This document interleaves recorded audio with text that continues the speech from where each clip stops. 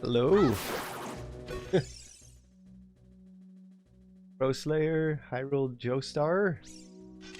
Going.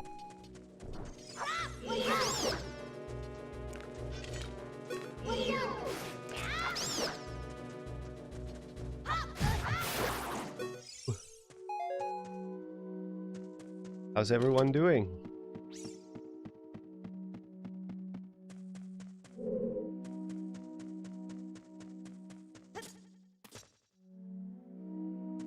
Understandable. It's the end of the week. I'm doing good. Been a little bit busy, but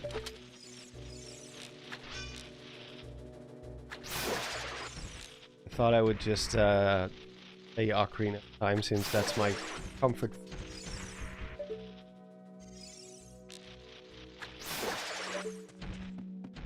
The one Zelda game that I can play without thinking.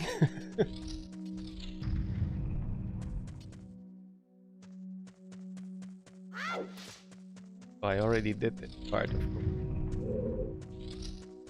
I don't even remember why this save file, like, at the Deku Tree, but I clearly didn't beat Deku Tree yet. I guess I was recording footage of something.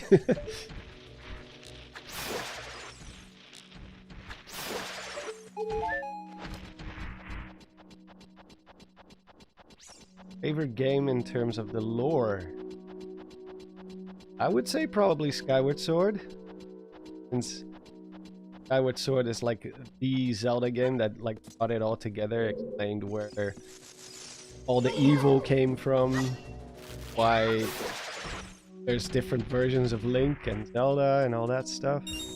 I guess, yeah, probably that's the game that fleshed out the lore, tied it all together.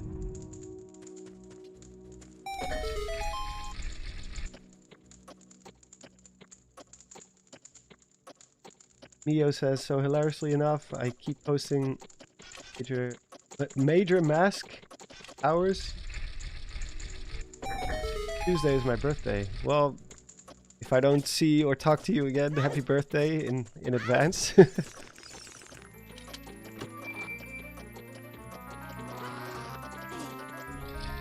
Hey, Matt. Yeah, I figured, Mio. It's okay. I understand what you meant.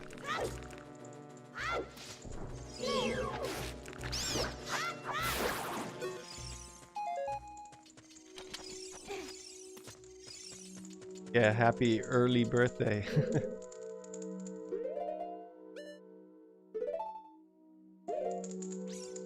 My start button controller is broken, so I had to put it to pressing the stick. It's a little bit counterintuitive, but it works well.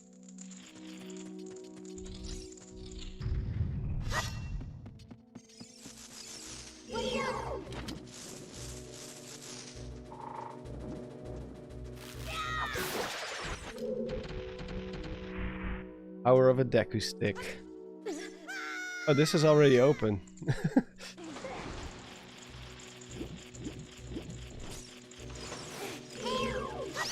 I guess I already did some stuff. Maybe I recorded Goma or something. I think I probably just recorded Goma or something along those lines. I don't know how far I got. That is it. Yeah.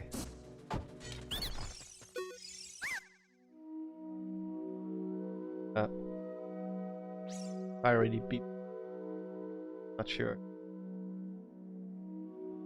Love the creative ways people controllers work.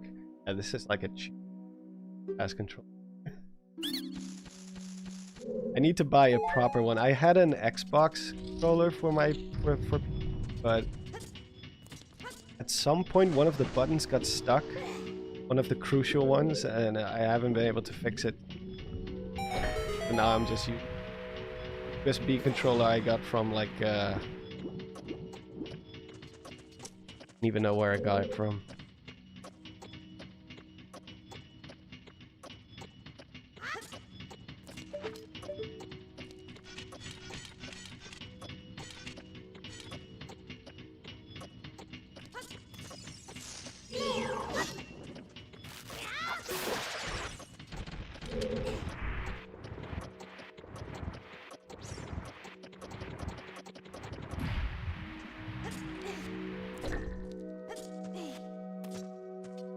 What's up, new house? Good to see you too. I'm surprised this many people showed up for the stream in general, because I have been a little bit absent as of late. Working on other stuff.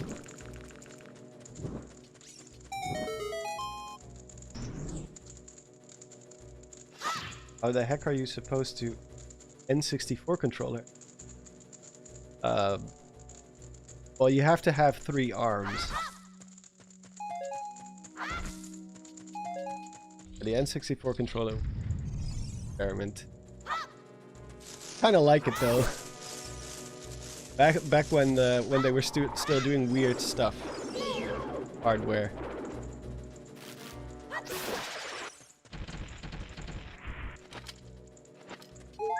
But I guess at some point they just end on something that.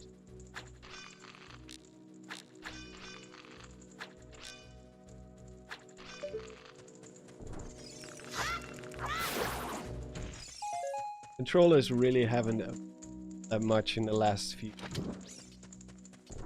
decade, whatever.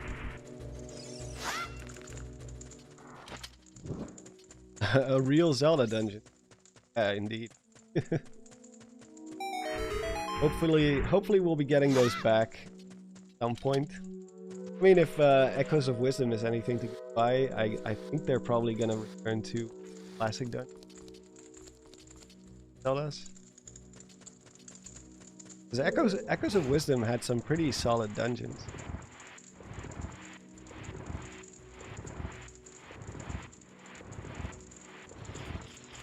Still curious if they're actually gonna do something for the 40th anniversary.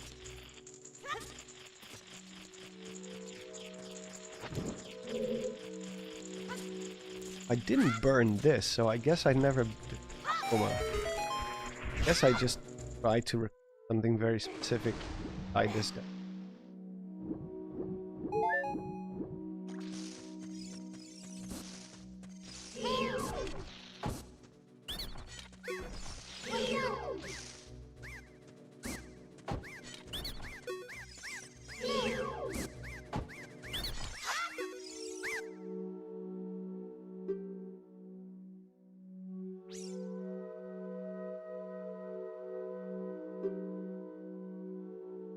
I like how you could skip the water dungeon in Echoes of...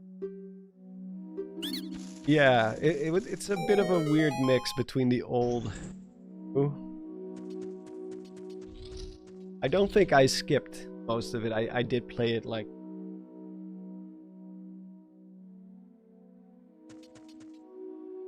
And then I've been playing... Great. Oh yeah. Recomp in general is...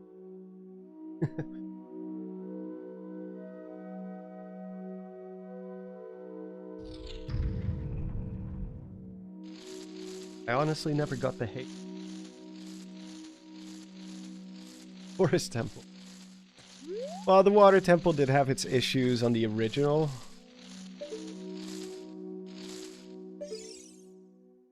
But...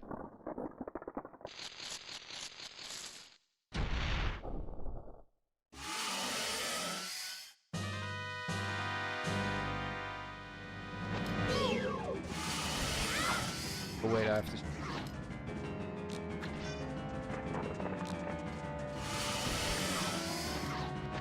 Come on.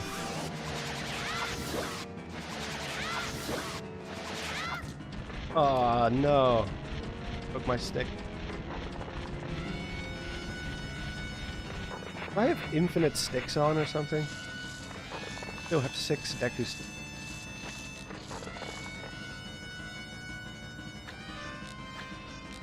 Come on. There we go. Oh no, I don't. I just had more sticks than I... Oh hey, Black Lynx. Can't join right now, but maybe later.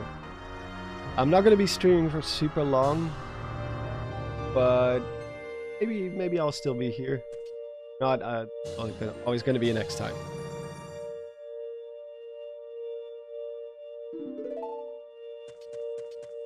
Hopefully we will have something like related to the anniversary that I will be able to stream soon. I wasn't gonna stream the partner showcase. That's not really my thing.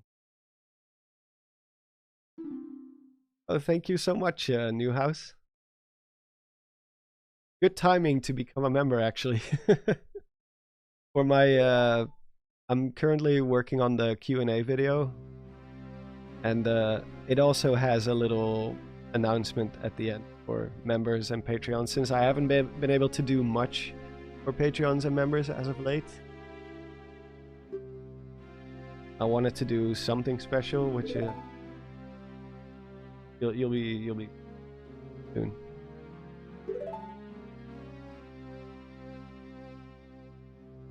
Next N64 emulator or Switch online library. It's a Ship of Arcanian, so it's an emulator. Don't tell Nintendo.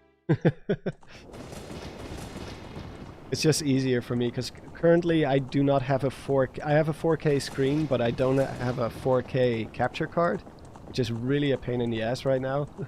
Because I wanted to stream Age of Imprisonment, but I just couldn't. I have to invest in a new capture card, like one that can actually handle 4K, and well, let's just say I currently do not have the funds to just suddenly, because it's like a good capture card is a pretty big investment.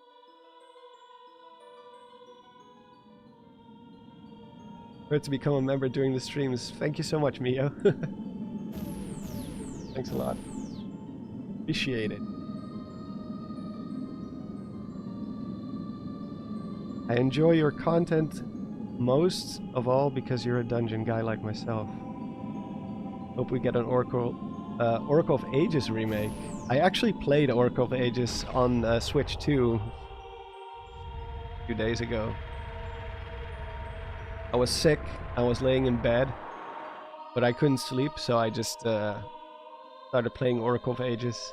Still a great game. Really, really good. Such a solid collection of...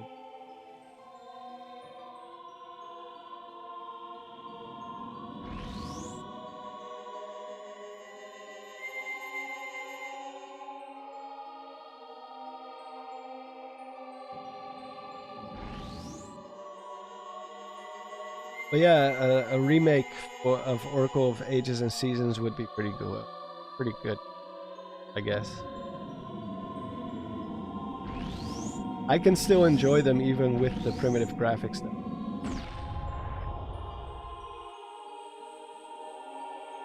In fact, I think the old graphics have a very... It has a charm to it that I really like.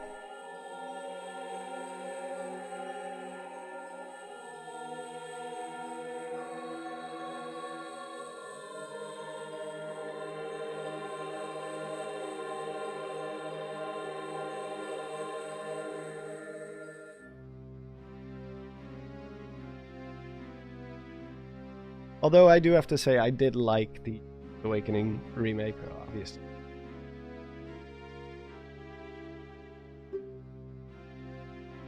Here's the Kingdom is not before Skyward Sword. What do you mean? I don't think it's before Skyward Sword. No, that would be a little bit weird since Fi is already in the Master Sword.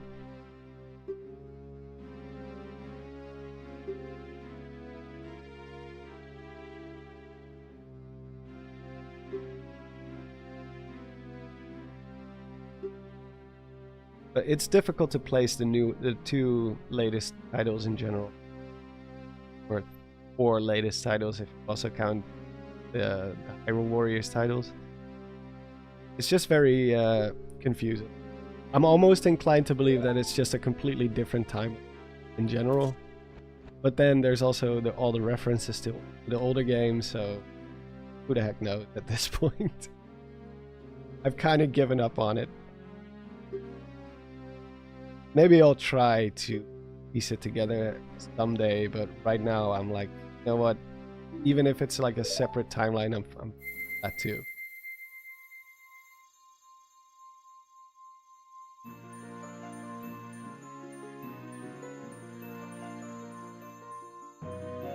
Well, we don't know if there's a Master Sword in the past. Maybe there is, but it's just buried somewhere or lost. Kind of unclear. I wish they would make that part. Like I was hoping maybe Age of Imprisonment would explain it a little bit more, but it just didn't.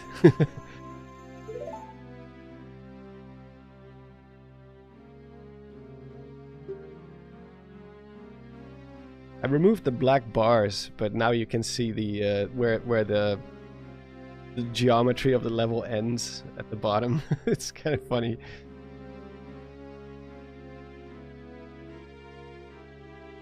Whenever I record footage or cutscenes from the older games, I usually use this because you can actually remove the letter boxes, the black bars at the bottom and top. But they do cover certain things in the geometry that you're not supposed to. Like right here, you can see below the level. Obviously, that's not...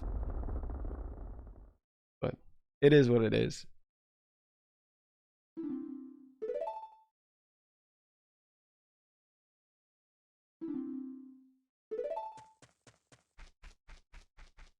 There's no Master Sword, Master Sword according to Sonia and Raru.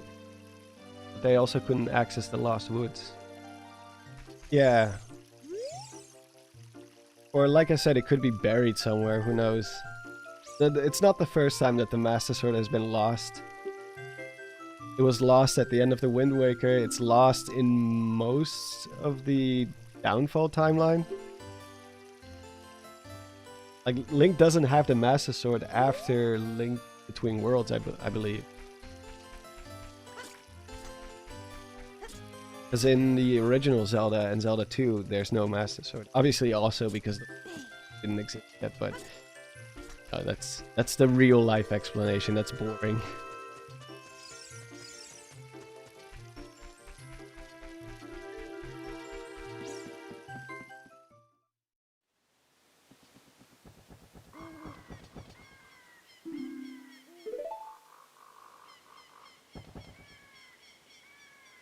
Just replaying Breath of the Wild. If Gorons are born from the earth, how is Yunobo descended from the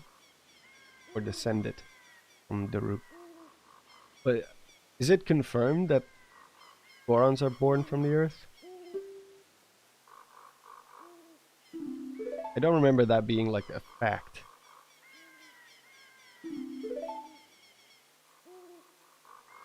I don't know, the Gorons are kind of like the dwarves from Lord of the Rings. You don't see any dwarf women, at least not in the movies. So it's kind of like I don't know, like ambiguous as to how they come to be. Like obviously Gorons are kind of sort of made of rock, but I don't remember anywhere being told that the Gorons actually just spring up from the ground. Because we do see female Gorons, at least in Breath of the Wild, we do. One of them is hanging out in Gerudo Town. Right? Or is that actually a guy, but they think that... I'm not sure. Actually, I think they're supposed to be genderless. From what I understand. But who knows? They're walking, talking rocks, basically. So, yeah, I think that's what that I think they imply that they are genderless. It's not like the Zora. Like with the Zora, we do clearly see uh, female and male Zora, but I think with the Gorons, it's like just they're just. I'm supposed to be the expert. Well, I don't have like a encyclopedic memory. Sometimes I'm a little confused because obviously in the older games, all the characters just look the same. Like all the Zora, all the Gorons, they all look exactly the same. They didn't really bother to design them in a way where you can tell them apart. Obviously, you do have Princess Ruto, but aside from her, all the Zoras pretty much look. But Nintendo doesn't really like to dive into the specifics of how, you know, the birds and the bees. That's just something they usually kind of skip over.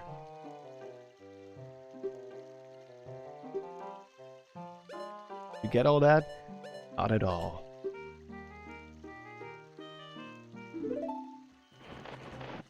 But in Twilight Princess, the Gorons are led by a patriarch. Implies that they're male. I guess so, yeah.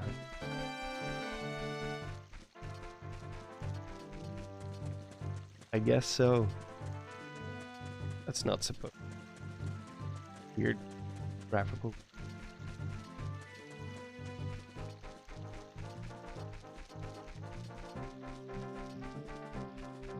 Like I said, who the heck knows? It's a mystery, I guess. I don't think even the books ever explain how the Gorons work when it comes to how they procreate.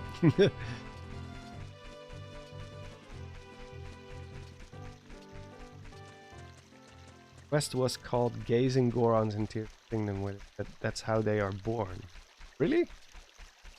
I didn't do all the side quests in Tears of the Kingdom, to be completely honest. I missed a few.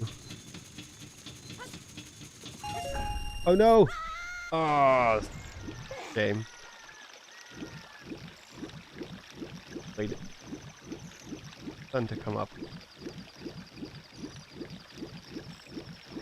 You know, the lore also evolves over time, you know. They just copy themselves. They're like bacteria.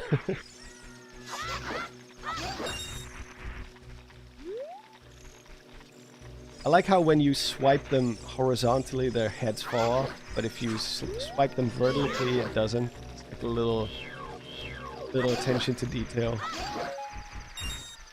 Even back in the 90s.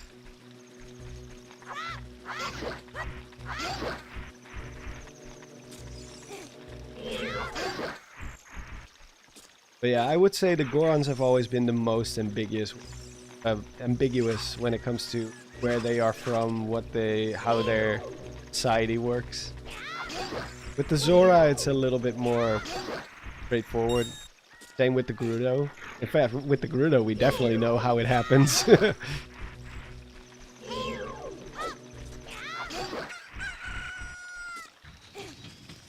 Especially in Breath of the Wild. But even in this game, they do explain how they go out to find alien dudes.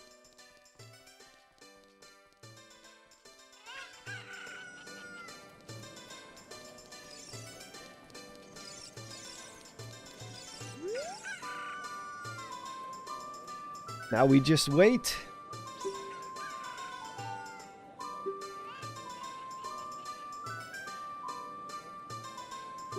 Wait for nightfall. I remember the first time going into the Temple of Time as a kid. At this moment where you first arrive at Castletown, obviously you're gonna check it out. I remember walking into the Temple of Time for the first time and being like, this sense of mystery, like, oh, what's gonna happen here? And it felt like such a long time before you actually opened the time. I think I explained that in my video where I explained my first experience with this. Like, it felt like ages before you finally opened this. Are you capturing footage? No, not really, not today. I already captured most of the footage I need for upcoming.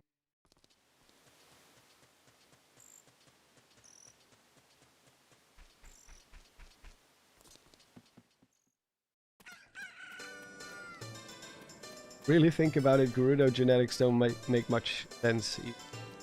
Yeah, I guess you could say that it's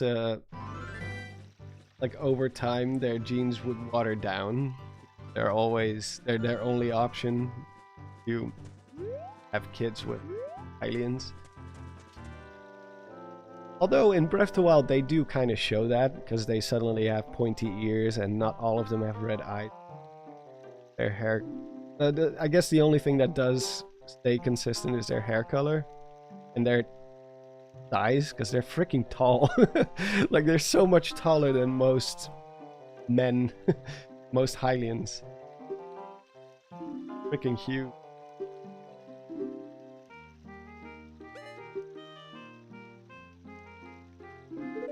See how many dungeons we can tackle before I'm tired. Want to go to bed. It's already thing for me.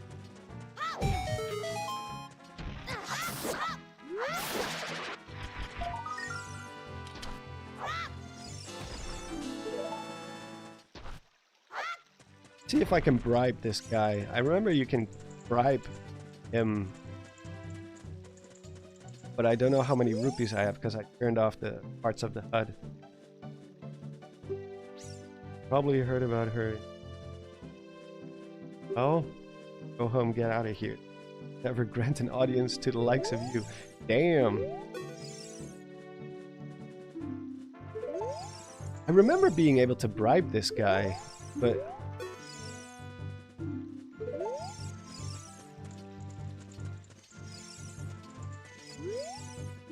I don't know how it worked.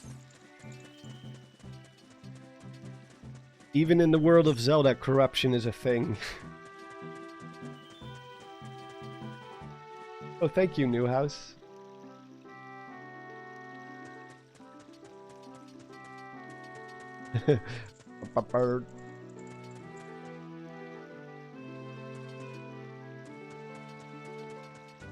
Nighttime, so at the egg. This part is so ambiguous, or so convoluted, I should say. How you're supposed to know that you have to talk to her first in town, then go out, wait for the sun to go down, go back, talk to her again, get the egg, wait for another cycle for day to arrive, and then the egg hatches. I kind of like it though. Like older games really just had these random quests or random events that you wouldn't be able to know other than just messing about.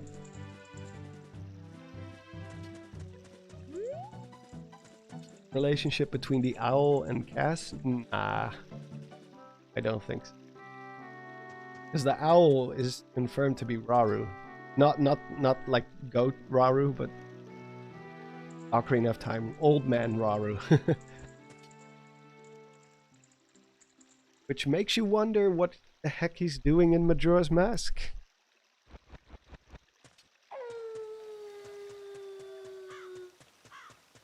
This year I'm gonna release my big Majora's Mask theory about what Termina is.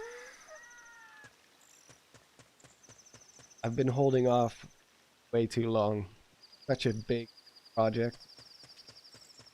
Kind of overwhelming in a way. Want to get it right.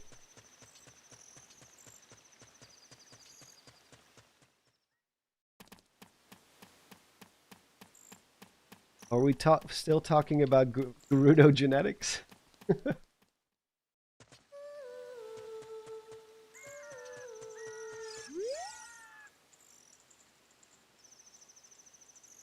Give me the egg. That sounded wrong. Give me the chicken.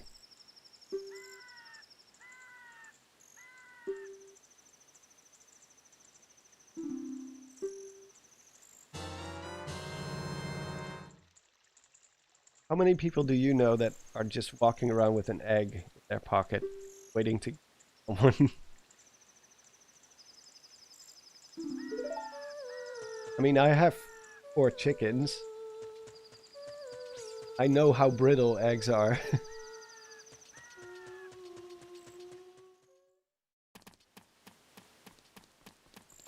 Guess I'll just...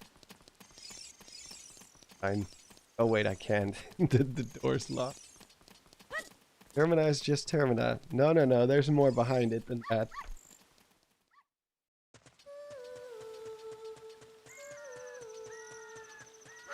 But yeah, it's gonna be a big video because there's so much to cover, so much to explain. And I want to do it right because it's Majora's Mask.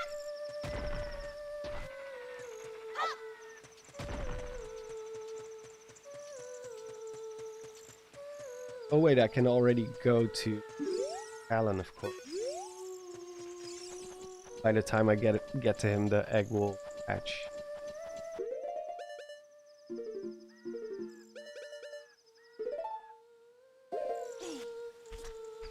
How are my chickens? They're good. They survived the winter so far. Oh, my chickens are badass. They've survived some really harsh winters. They're like Bear Grylls at this point. Oh, snooze. Under 'em.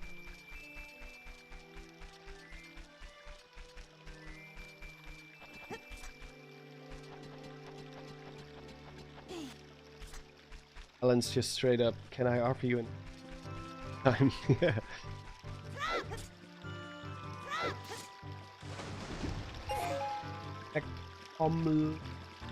This. Oh, sorry. Kind of your highly interesting analysis of franchise. Thank you so much. Sorry for not being able to pronounce your username. That is a very difficult.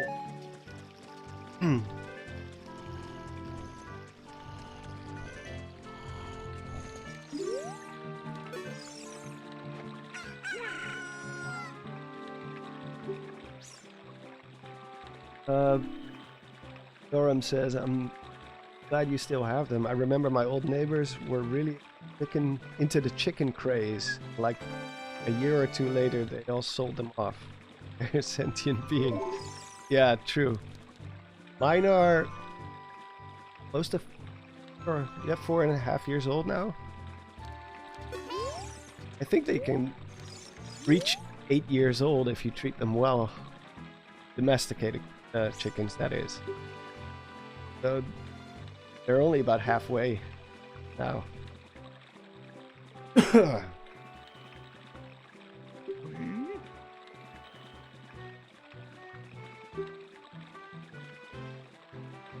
Though, to be honest, 2 of them did die. Unfortunately, one of them got sick. We still don't know what it was that she had, but she just got sick and died. And the other one, unfortunately, my dog caught one of them, tried to play with it. He escaped from the coop, and my dog just dogpiled on her, literally. And he didn't try to kill it, but he wanted to play with it like it was a toy. Oh. And I think he accidentally crushed her. Very sad. I don't blame my dog though, because he was just trying to play.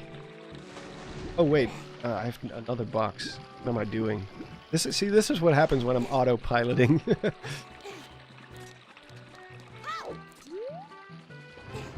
Your chickens have names. Yeah, they do. Most of them are named after Zelda characters. 'Cause that's the type of nerd that I am. Got Mifa, Malin, Well, we have Malin the first and Malin the second. Impa, which is the one that died, the one that my dog. What's the other one?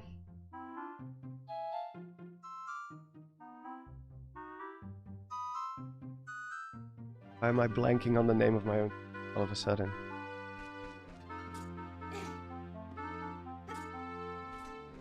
Oh yeah, one of them is called Cookie or Cracker.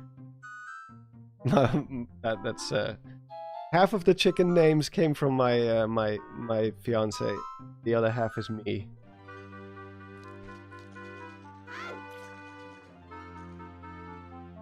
Him again.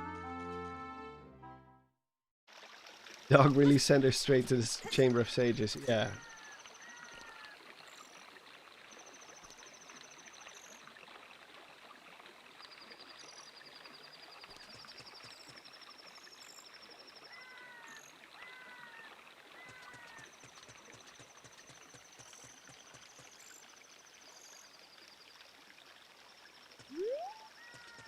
Oh, I remember now. One of them is called Tyrone. Also a name that my fiance gave. She thought it would be funny to give one of them like a really manly name compared to all the others. Even though chickens are female, obviously. So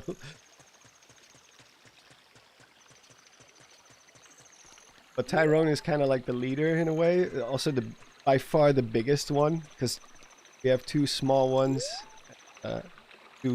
Well, there were three small ones and two big ones.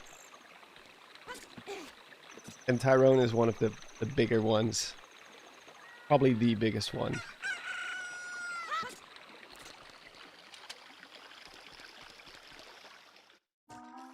The only problem is we really wanted to eat eggs, but as of late it's become more and more of a problem because there's like apparently there's like EFAS or whatever you call it, the FIS AS, yeah, that the toxic stuff is apparently a problem. And you have to get your eggs tested to make sure that it's not in the soil. Because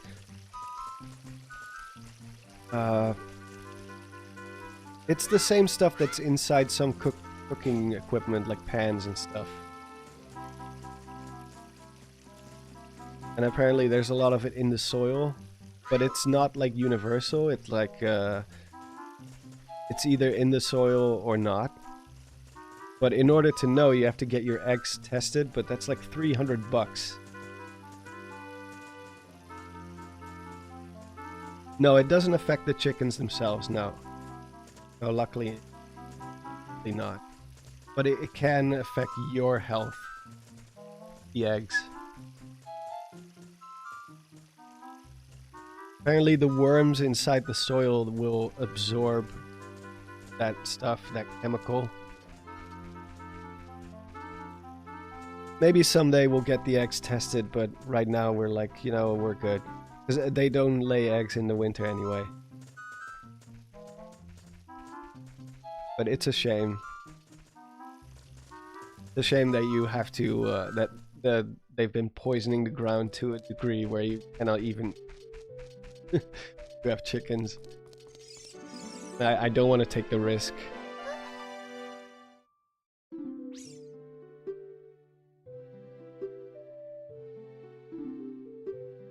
Yeah, we don't have roosters. We do have a rooster, like there's a like a little farm right across from our house with sheep and other animals, and there is a rooster there, but not ours.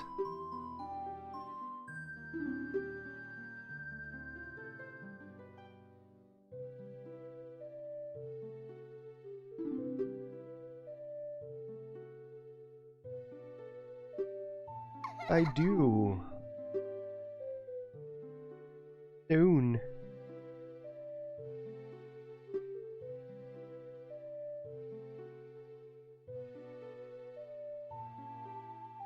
Yeah, I thought it would be fun to have your own chickens, so we did. I have a pretty sizable garden. I have plenty of freedom to walk around and stuff.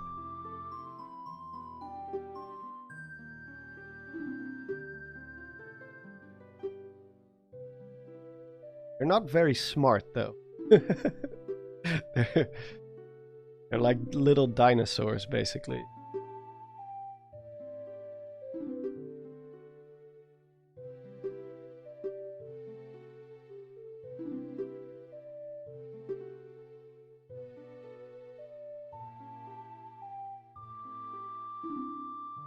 Oh, thank you.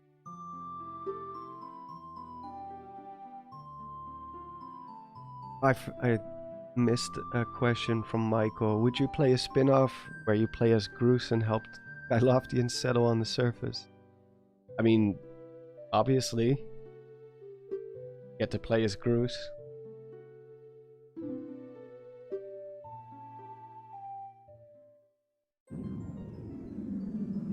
Hear about Sakurai's cat died. Oh man. Yeah, that's tough. That's I don't know how old the cat was, but yeah, that's sad.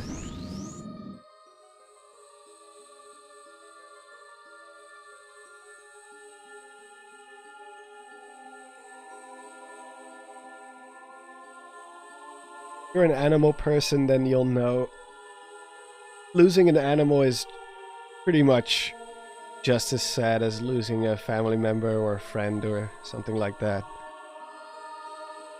At least for me.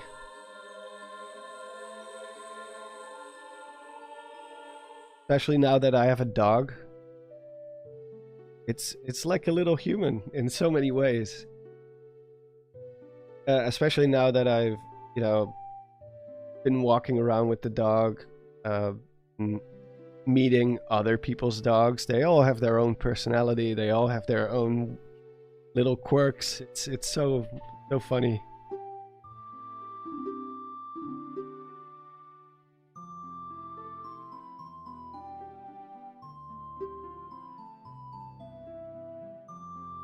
We did have cats when I was younger, but when they died, I was still a little too young to understand the loss that came with it. So just like, oh, they're not here anymore.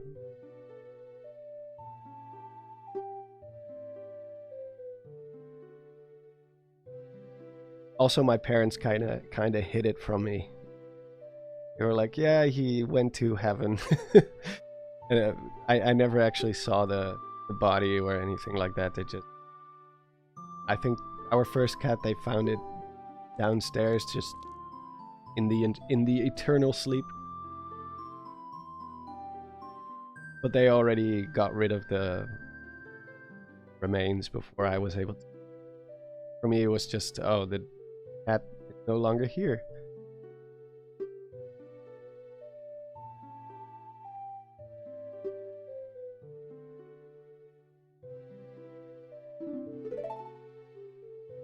I know that feeling of losing a fur baby, having one for so long. Oh yeah, I don't even want to think about the day that my dog goes. That's something I try to block out of my mind, because he's only he's turning 4, so he still has a long way to go. Not something I want to bother myself with yet. I know, obviously, you know it's gonna happen one day, but yeah, it's no point thinking about that kind of stuff. Just enjoy the time that you have with them.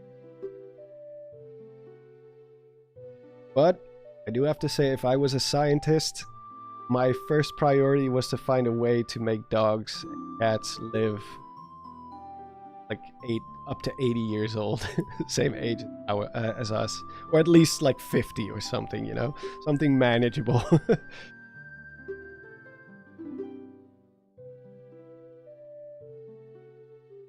Someone pay the scientists to get on that pronto.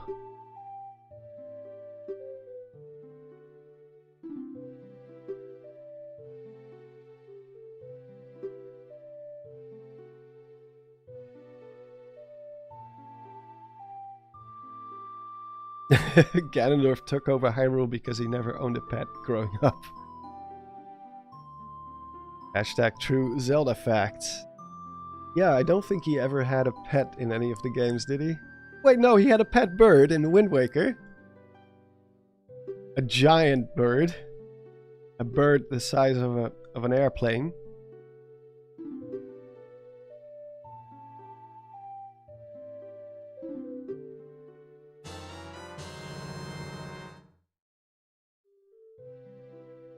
He has a crow in Ocarina of Time.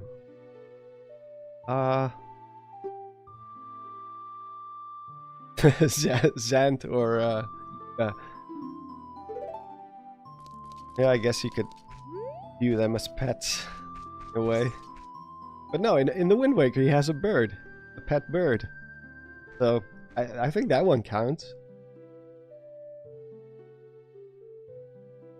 And yeah, I guess Zant kind of like his pet in a way.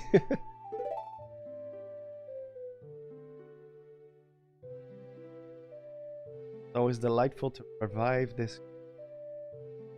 Sure.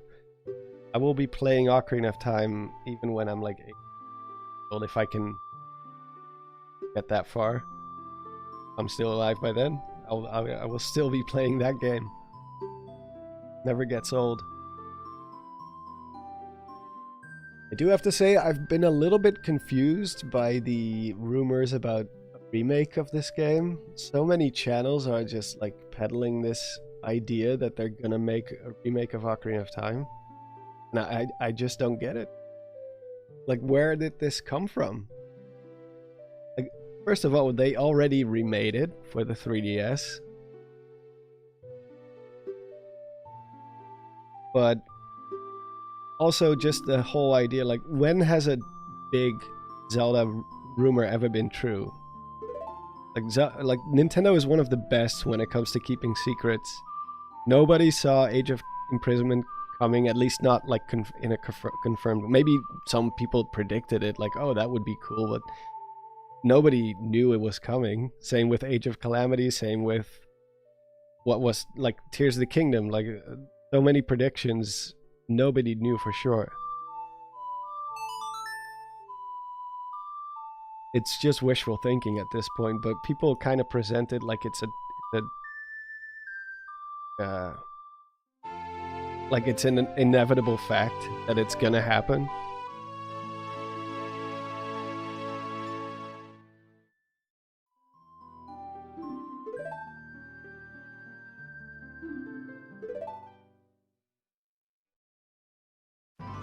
Like, maybe they'll release the 3DS version on the Switch too. Upscale it a bit. That I could see that happening, but like a full-blown remake? Not sure about that. Sure about that one. Not to say that I'm against remakes. I mean, Silent Hill 2 remake was one of my favorite games of last year. Wait, what was it last year? No, the year before. Jesus, time goes so... No, it was last year, right? Silent Hill 2 remake? Yeah, that was last year. Or am I just losing my mind here?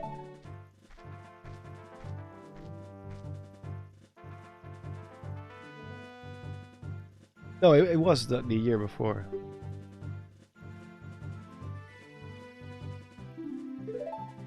Time goes too fast. But yeah... I guess the big difference is that Silent Hill fans did not have a good game in such a long time. And Zelda is still going strong, so, you know. I was just happy to get something good. I hope Nintendo does something for Zelda's 40th, even though I'm broke. Yeah. I'm not sure. I hope so. I don't think we'll get a new Zelda like announcement. Maybe they'll show like something about the movie or maybe a few ports. But I think anything like new Zelda they will probably save for later, for the summer maybe. If it's even gonna happen this year.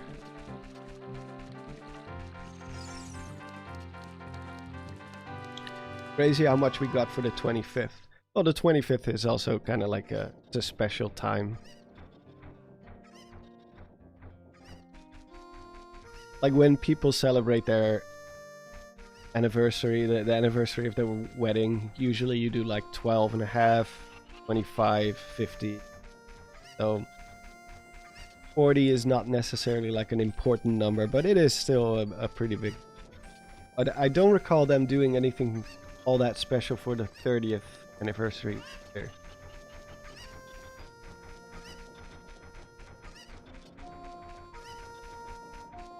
Of course, we have to go into the graveyard. Aaron Buckley says, I don't believe this Ocarina of Time remake that people pass off as a based on nothing other than what they want. Yeah, exactly. But people are treating it as if it's a foregone conclusion, you know? Like it's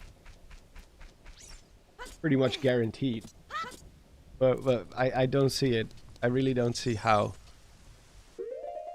Well, not how they could do it, but how people would even know that.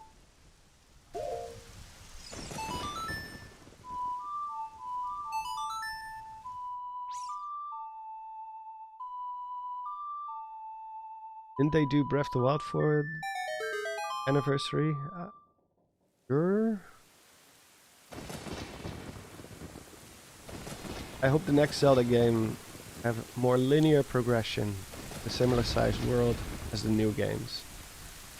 Yeah, same. And proper items and stuff, yeah. I agree.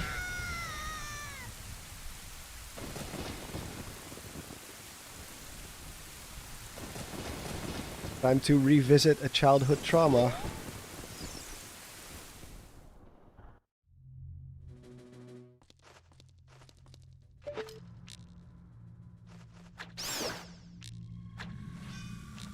Missed. So sensitive. Oh.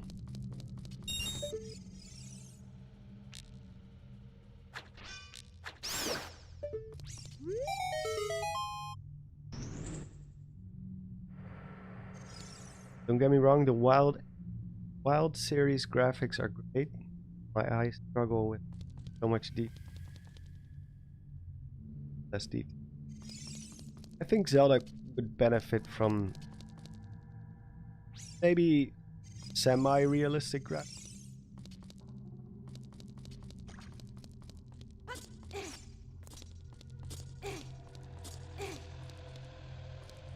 But I'm not sure. Wait.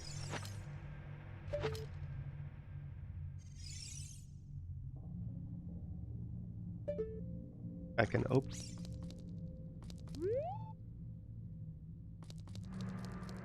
My mic cuts out a bit sometimes. Oh. Well, I do have some effects on my mic. Maybe I'm just not holding it close enough to my my face.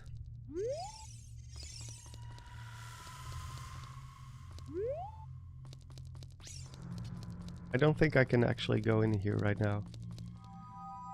Yeah, I need Din's fire, but then I also need bombs. Let me know if the audio problem with my mic keeps persisting, because I cannot hear myself.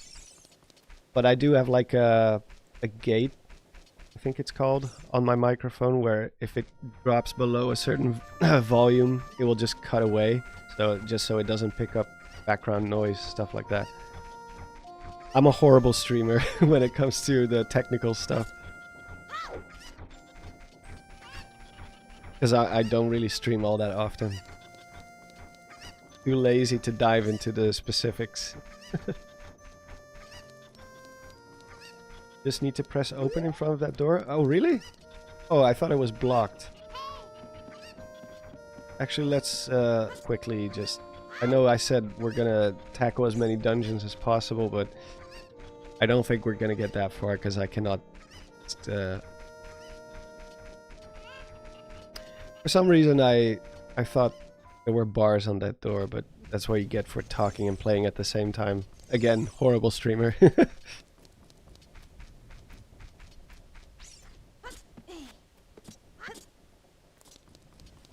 But yeah, you're right. I think you can just open it. What version of Ocarina of Time is this? Ship of Arcanian. That's my go-to version now.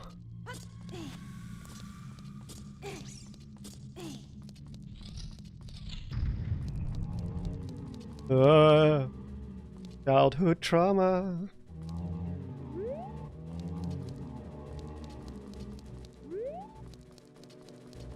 Don't mind me. Besides Zelda, what game or series is your favorite? Half-Life, Souls games, especially Dark Souls and Elden Ring. I'm a pretty big Fallout guy as well, even though I do recognize that the quality of Fallout has been going down a little bit, but you know, it is what it is.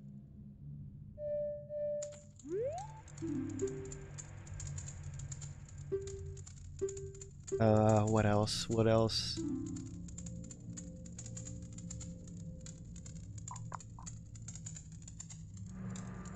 I'm actually, people are always surprised by that, but I'm actually a pretty big PC gamer. I don't play Nintendo games all that much, besides Zelda, the typical Zelda, Mario, that kind of stuff. Xenoblade, I like Xenoblade.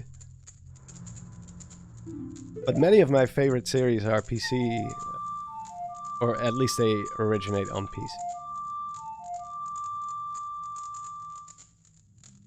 I disliked Fallout 4 because too many options. I think usually people think there's not enough options, right?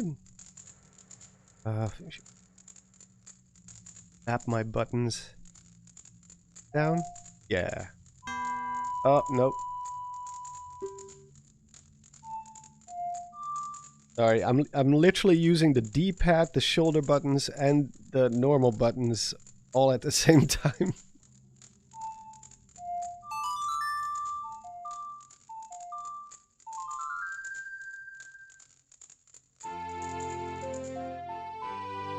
I still have nightmares about the readouts. It's the noise.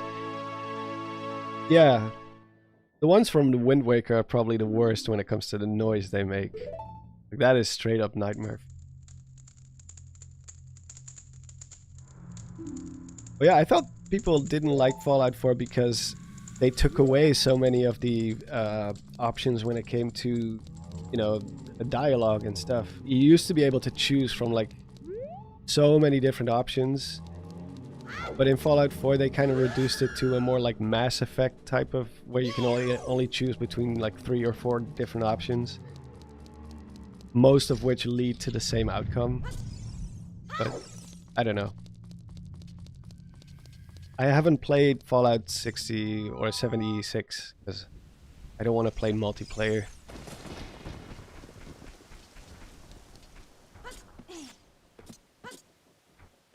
You said Y and X to the item buttons. Yeah, Y is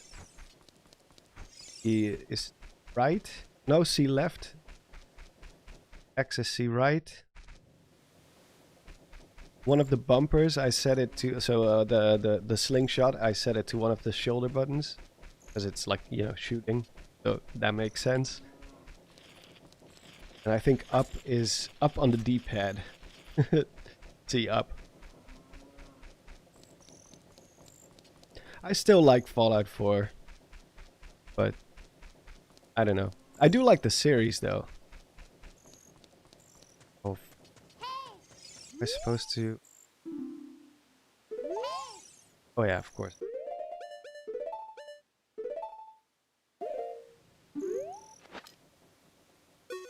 Wrong button. Oh. Yeah, using R1 for anything that needs aiming. Same here.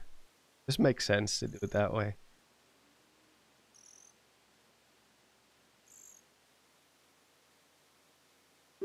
Are readats and echoes of wisdom, or are those Gyptos? I think they're readats.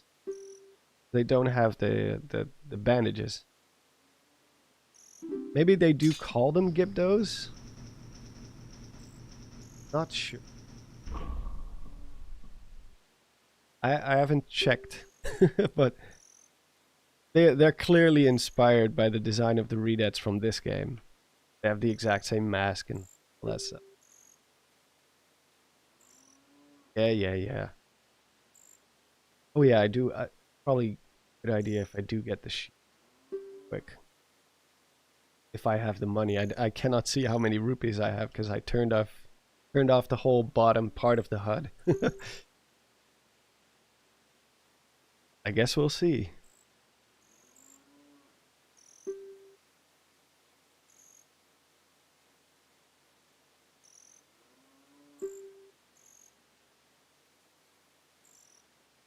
What I loved about Fallout 4 was just wandering around Boston, checking old apartments, seeing tiny little stories of skeletons. Yep, I'm exactly that guy as well.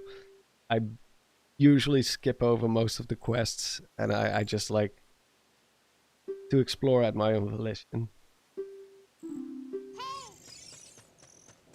In fact, Breath of the Wild was kind of like, when it was first announced and I saw what it was going to be, I was like, this is just Zelda meets Fallout. Post-apocalyptic world where you can piece together what happened through the environment. So as a Fallout and a Zelda fan, when I first saw Breath of the Wild, I was like, this is for me, this is perfect. Two things that I like: post-apocalyptic settings and adventure games / fantasy games combined.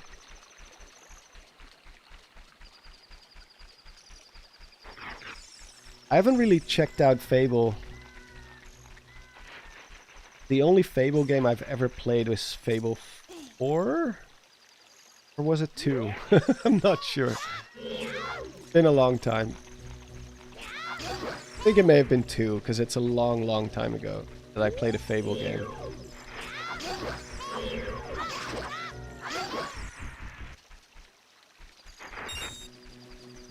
Thoughts on Crimson Desert? I don't know what that is.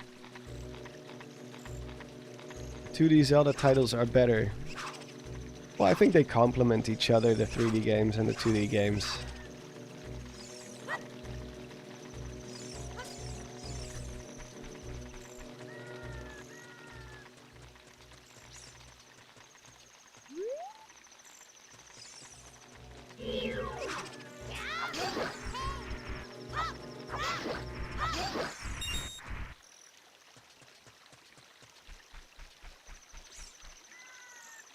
Beauty Zelda has a charm that 3D doesn't have. Yeah, true. On the other hand, the 3D games have the cinematics that the 2D games don't have, so again, they complement each other in so many ways. I think it's a great thing that both formats still exist. Like, so many games have transitioned into the third dimension and they never went back. But Nintendo is usually pretty good at maintaining both styles. What was I doing again? Oh yeah, buying a shield.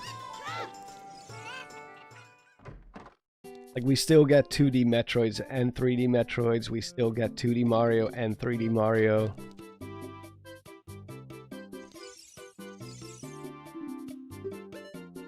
Which I think is a good thing. Oh, I don't have enough room. Of course. What kind of game do you want the next Zelda to be like? I don't know. I guess a mix between the old and the new. But usually the best games are the ones that give you something you didn't know you wanted. Like, nobody was asking for Majora's Mask. And yet, here it is.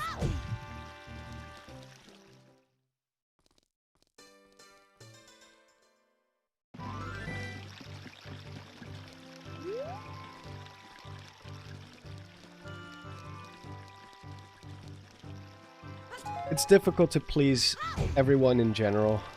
Because when Twilight Princess came out, a lot of people were like, it's just Ocarina of Time again. Like, that's not special. It was everything most people were asking for, because everyone loved Ocarina of Time. They were a little bit disappointed in the more cartoony stuff that the Wind Waker did. And then Twilight Princess came out, and you know, again, you can never please everyone.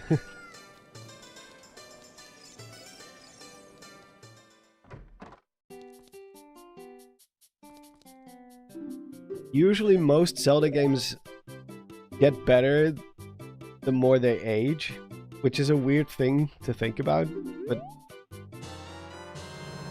I think to an extent that is true. Yeah, I remember a lot of people hating the Wind Waker. Like, even years after the fact, some friends of mine were still like, oh yeah, I never played that one because I didn't like the art style. Like, I myself, I got over it pretty quickly. Even before the game came out, I was already over it, but some people just they just never picked it up. Because they were expecting something more along the lines of Twilight Princess.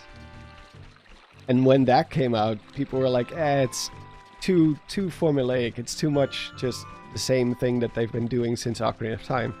So, again, trying to please everyone is just so difficult.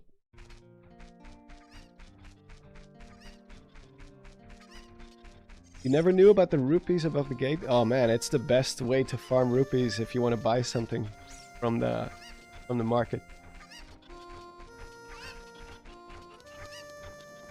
Probably switch to the shield before it burns up.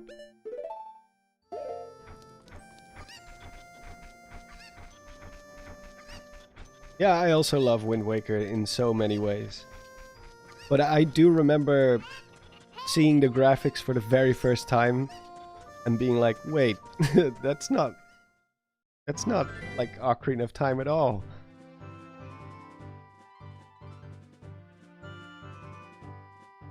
But the fact that they had the balls to even do that is already so admirable.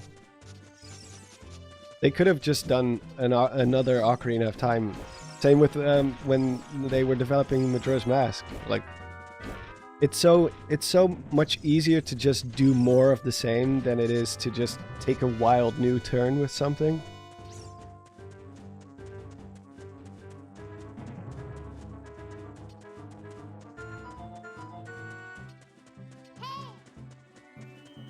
But I do think there are aspects of Tears of the Kingdom and Breath of the Wild that are going to be very difficult to suddenly not have anymore.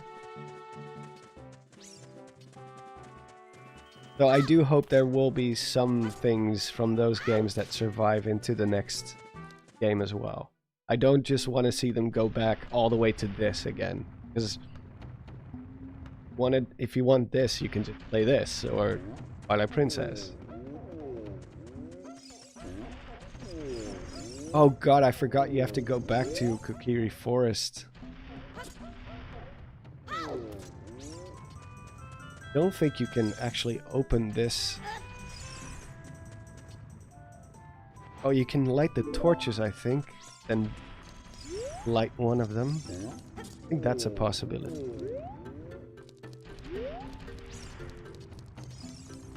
But then I have to open this one first. Oh, button again.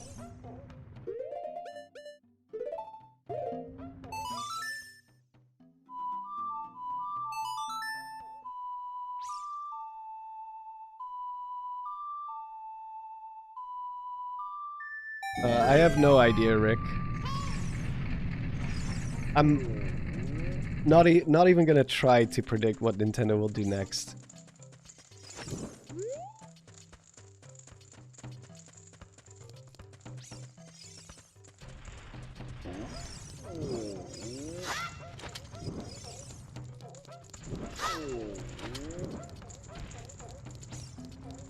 Go. Oh my god.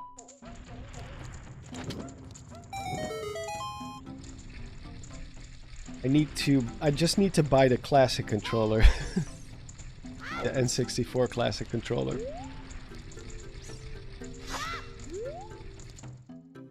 Because I like these button mappings are just horrible for me.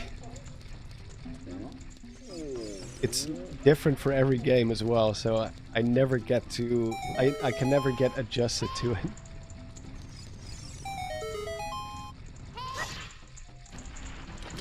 There we go. I think this will work. Yeah!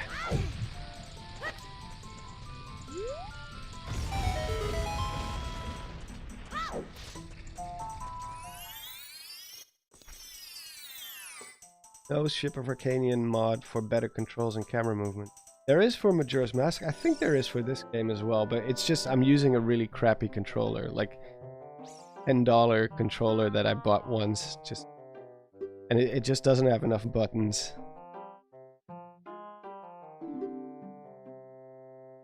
Because obviously the N64 controller was really weird.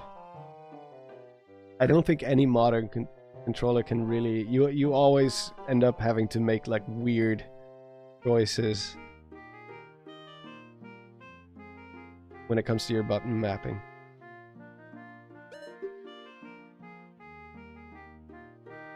Oh, with the bombs, yeah. Or else you have to walk all the way back. That sucks. I'm not convinced Nintendo will go hard for Zelda's anniversary when they didn't do much for Mario. Yeah. At best, maybe we'll get a trailer for the movie or something. But I think in terms of game announcements, don't expect too much. Which is probably the best way to go into it, because that means you can only get surprised, like pleasantly surprised.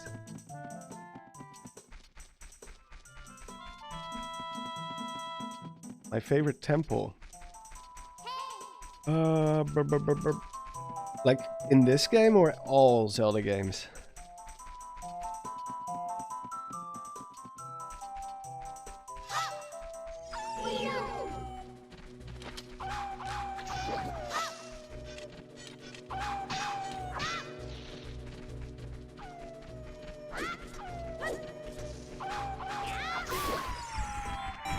Both is fine.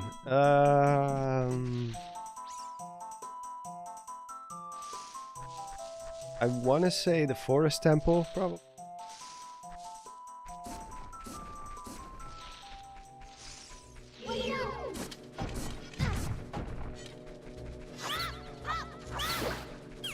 Yeah, probably the Forest Temple. It just has the perfect balance between everything. Good atmosphere, good... like it's complex enough to get lost. I'm a sucker for forest themes.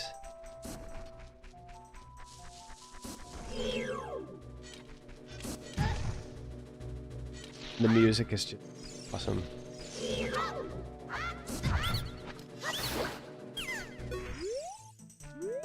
You think we'll ever see Four Swords again? I'm not sure. It feels like they kind of abandoned the whole multiplayer Zelda thing. We had Triforce Heroes, which I guess was kind of like a spiritual successor to Four Swords, but...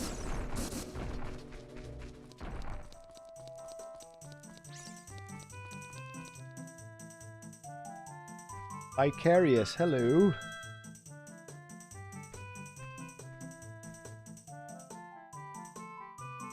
One Minish Cap again. I do think it would be cool to see a brand new 2D Zelda, but instead of the 3D engine, use all pixel art. Because it feels like indie games are the only ones who are still doing it at this point. Pixel art is so amazing. It's done right. It's not only timeless, it's just... there's a certain beauty to pixel art.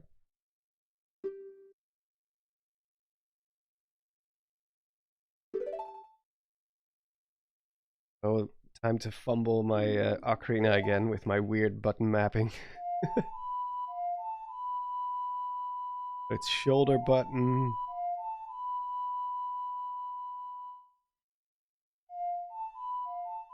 Oh, that wasn't that.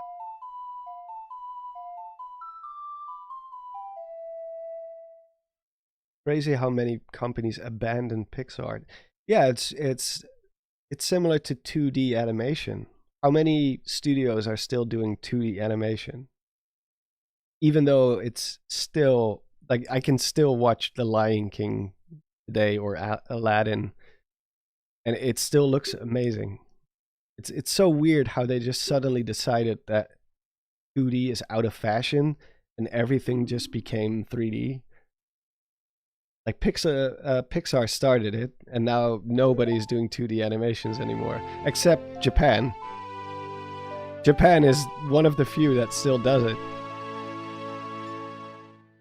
Like Studio Ghibli, and maybe some TV shows here and there, but like when was the last time there was a big 2D movie on the big screen? Probably Studio Ghibli, right?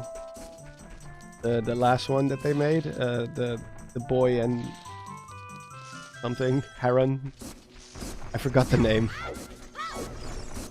Oh my god, am I gonna die? No. Yeah, Echoes of Wisdom is a 2D Zelda game, even though it is using 3D assets. It's still, you know, top down. I count every top-down Zelda game as a 2D Zelda game.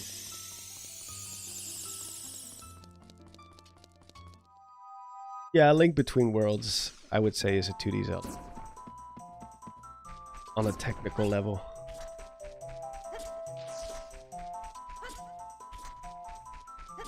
Actually, in my Q&A, someone asked a question about a certain cave that's hidden over here.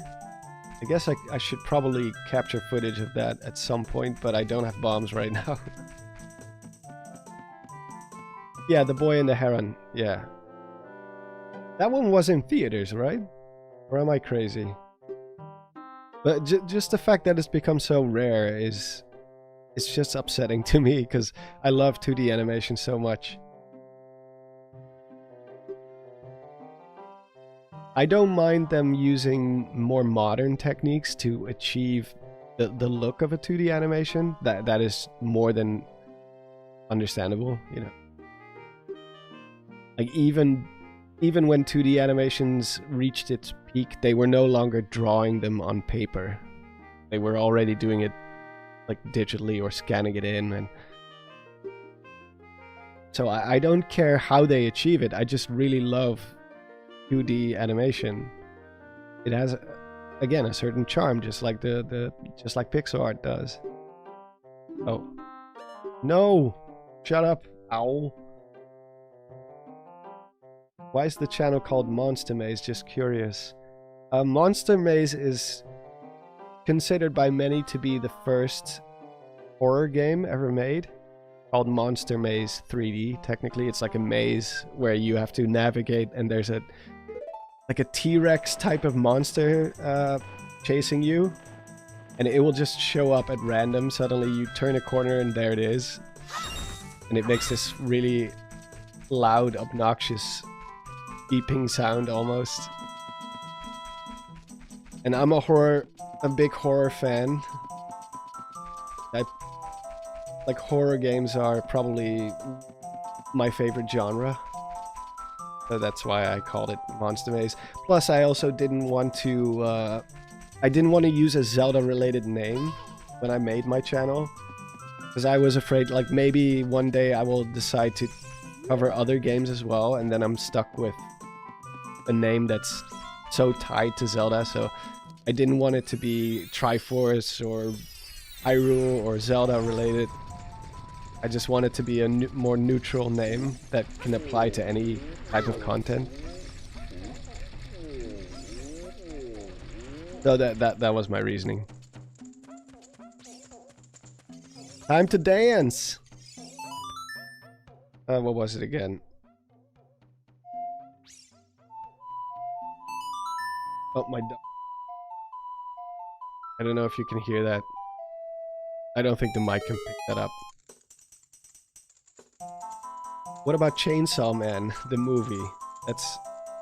Well, Chainsaw Man is crazy. That's actually funny that you mentioned it, because I had no idea what Chainsaw Man was, and then I watched a few clips of it online, and I was like, this is one of the most brutal things I've ever seen. I haven't seen the movie yet, so... I know there's still series and, you know, animes that are obviously 2D animated, but in the wider industry, it's become more rare ever since 3D animation became a thing. My favorite console? Probably the Switch. Yeah, I would say probably. I could choose a more nostalgic option like the N64 because that's what I grew up with. But I have to admit the Switch was really amazing. Monster Maze feels like a Zelda name even though it isn't. Well, then I guess that works. Because, yeah, Monster Maze, you could kind of link it to a dungeon, a Zelda dungeon. But if I had chosen to be a Half-Life channel, no one would have been any the wiser, you know? As Monster Maze is just two words that could apply to many different things.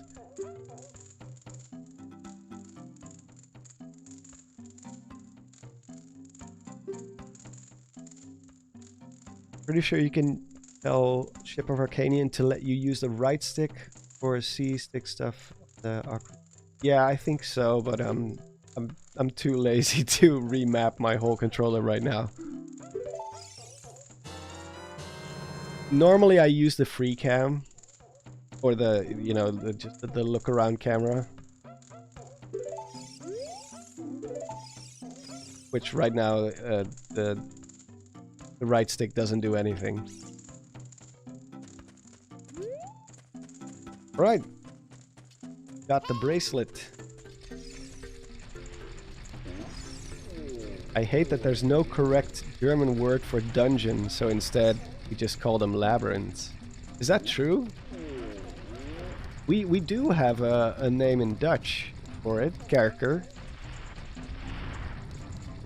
K-E-R-K-E-R. Kerker. That's technically the word for dungeon, Dutch.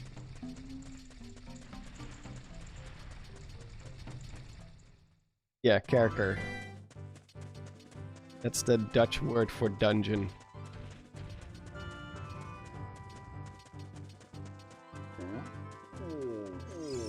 Which is, you know, it's similar to how just words in general, you know, the word, where did the word dungeon even come from when you really think about it? Because dungeon is more like a prison, but we use the word for video game dungeons. This became a thing at some point. Someone started it, someone started calling them dungeons, and everyone just followed along with it. Because even in the original Zelda, they didn't call them dungeons, they called them labyrinths. Hey, Ropaka. Been a long time indeed. Doing well.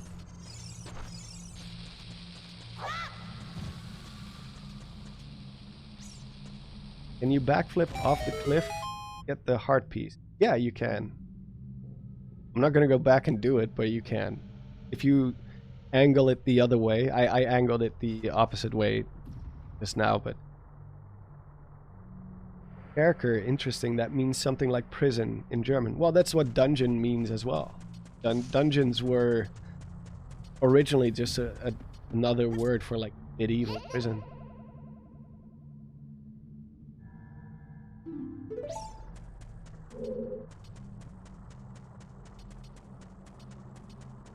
I actually made a whole video about it, but nobody watched it.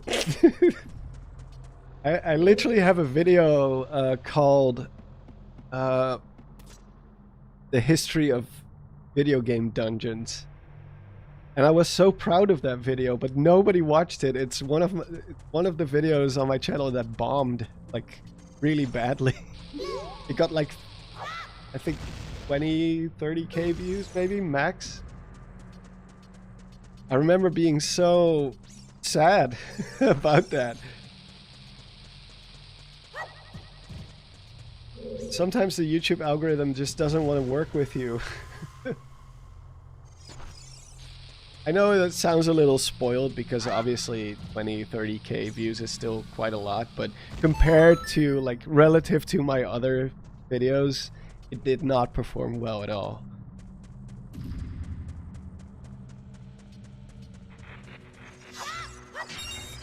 But yeah, it goes over the entire history of dungeons and how basically the answer is it all started with Dungeons and Dragons.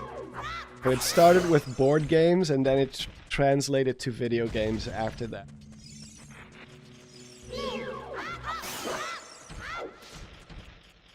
In fact, most of the fantasy nomenclature that we use comes from board games like Dungeons and Dragons.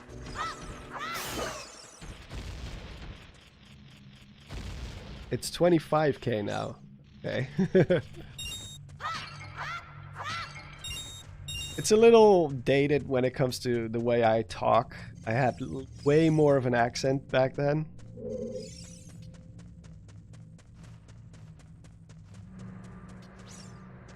But I remember being very proud of that video, and whenever a video that you hope is going to do well or expect to do well and then it just doesn't, that used to get to me a lot. Nowadays it's no longer an issue because one of the first real lessons that you learn as a YouTube creator is to not have any expectations when it comes to views, because there's just too many factors that you cannot predict. You know, there's so many reasons why a video doesn't do well, like maybe thumbnail or the title just eye-catching enough, maybe the subject matter just isn't as interesting as you thought it would be. Like people just don't have interest in that. That's also hard to predict because, you know, people have different tastes. Something that's interesting to you might not be interesting. Maybe the algorithm just hates you. There's just no way to predict any of it. If you're gonna be a YouTube creator, trust me, just let go of that feeling. Stop trying to predict whether it's gonna perform well or not.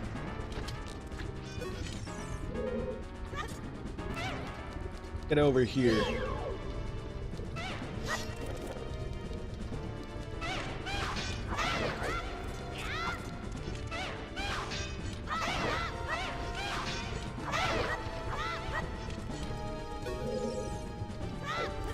Reminds me of when you spend 3 or 4 days on a drawing only for a rough sketch that took 5 minutes to blow up in popularity. Yeah, I guess. I'm not an artist, but I guess, yeah, that's you could compare the two.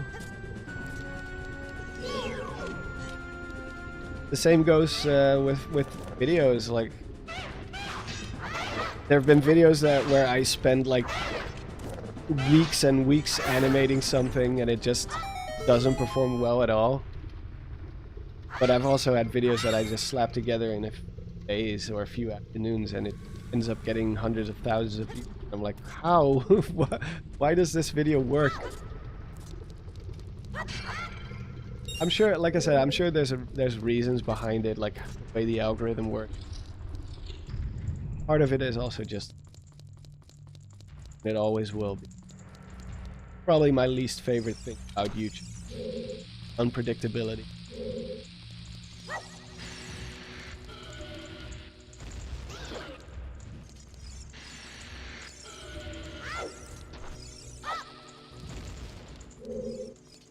Explode.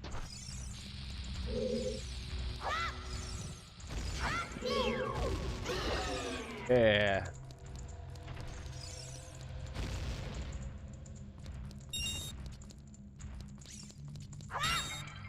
Yeah, it can be a little.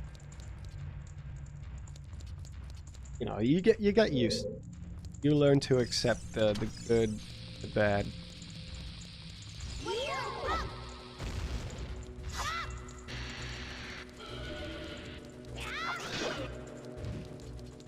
YouTube always seems like a dream job to everyone until they actually start doing it. And then you realize, oh, it's just like any other job.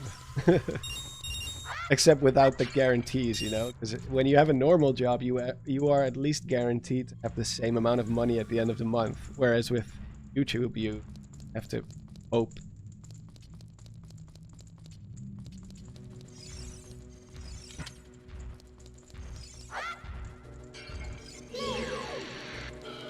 That's why a lot of YouTubers take breaks in January, February, because those 2 months are the worst when it comes to ad revenue. It's the holidays are over, there's nothing special going on. So a lot of the ads are at an all-time low, I guess.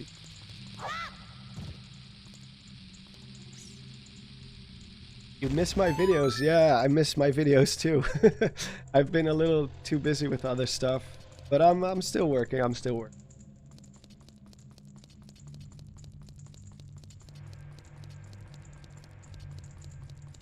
There's gonna be new videos this month.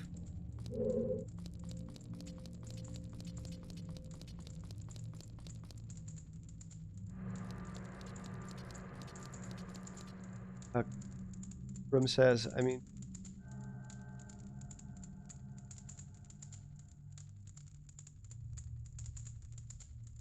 yeah, obviously you have to. That's the most important thing.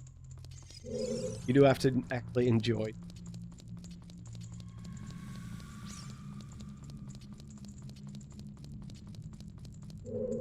We had to talk.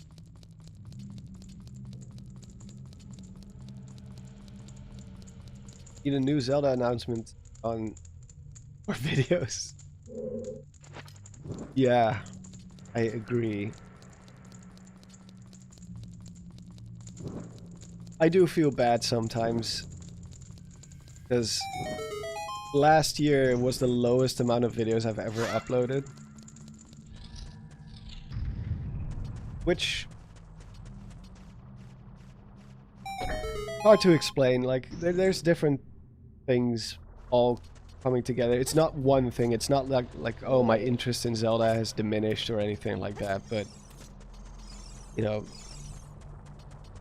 I've never done YouTube completely full time. I've always been doing animations on the side. Always been doing like web development stuff on the side.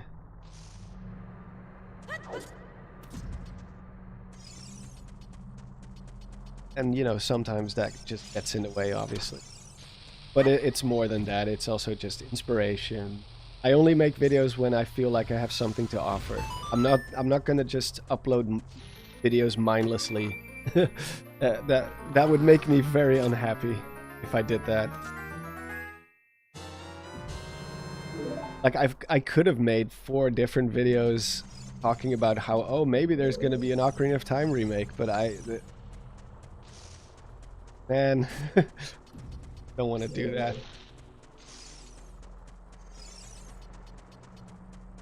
I'm making it so much harder for myself than it has to be. I do realize that. Because I could just talk about random stuff, and maybe it's not gonna get like best views ever, but it's still gonna get like enough where it piles up. But I'm kind of stubborn when it comes to my work. If I'm not like proud of what I'm making, I get really upset. It's really stupid. Really, really dumb. I think Tears of the Kingdom was overwhelming for most Zelda fans. Or the wait for... Well, the wait for Tears of the Kingdom is what was one of my favorite things ever. I liked speculating about... Well, actually, that's one more thing that I do have. that I have to address when it comes to my upload schedule. Up until Tears of the Kingdom, like I was uploading a lot more because there was always something to talk about, like, oh, what's gonna happen in the next Zelda game? What are the dungeons gonna be like? How's the combat gonna be like? Obviously, you get the new trailers once in a while, so yeah, you have all kinds of stuff to analyze there. But there was a point when actually I'll pause the game real quick. Like there was a point right after Tears of the Kingdom came out. I think it was like 2 or 3 months after the game was out, and my ad revenue just suddenly it just started tanking really, really fast. And I just didn't understand it because I was like, I'm still making videos. It's not like I'm not uploading as much as I used to. Not really anyway. Like, yeah, maybe it's not like weekly anymore like I used to do it like in the first 2 years, but I'm still like once or twice a month at least, probably more. And then I suddenly realized all those videos that I had been making before Tears of the Kingdom, all those prediction videos,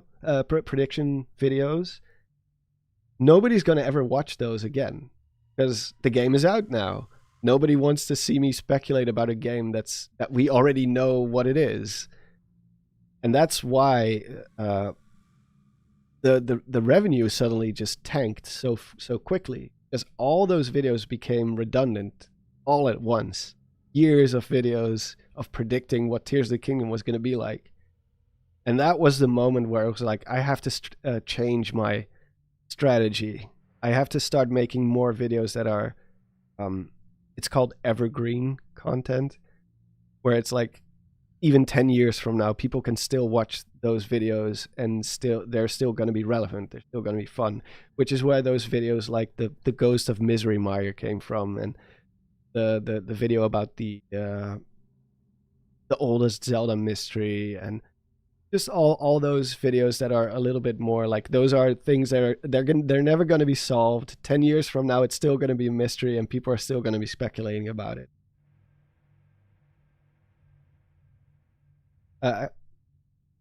Do you still hear the sentences? Are the sentences still getting cut off right now? Hold on, I will check. Bit filters.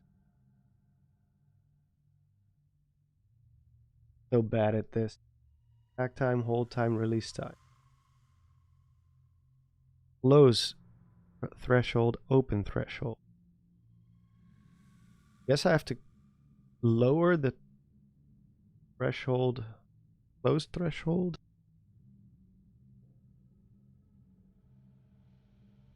Okay, I'm not sure if that worked, but I changed one of the thresholds. Maybe it will work now.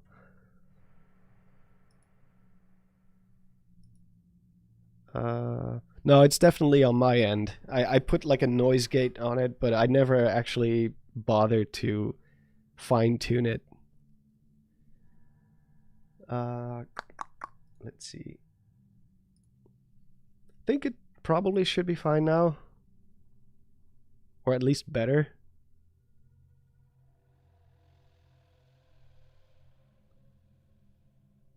Well, we'll see what happens. But yeah, that was one of the reasons why my upload schedule changed after Tears of the Kingdom. It wasn't necessarily because of Tears of the Kingdom, but more so like I just realized if you put all, like if you're making too much content that's gonna be redundant later, then you're kind of shooting yourself in the foot.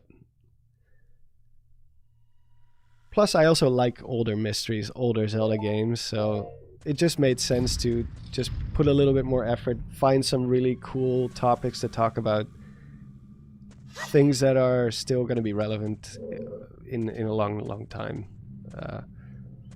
So that's one thing that I changed. Do you and your brother still play a game together sometimes? Not that much, no. We did go to see Iron Lung last Tuesday, or Wednesday it was. Yeah, Wednesday. Like Markiplier's new movie. It was fun. But yeah, we don't really play many games together anymore.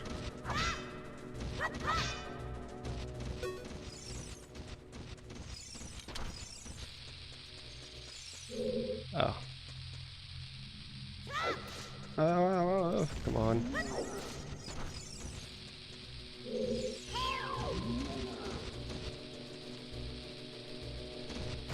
Oh, God. I hate the controls of throwing, the throwing controls.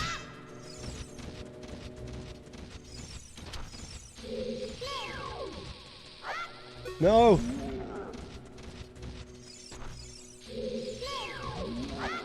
Ow!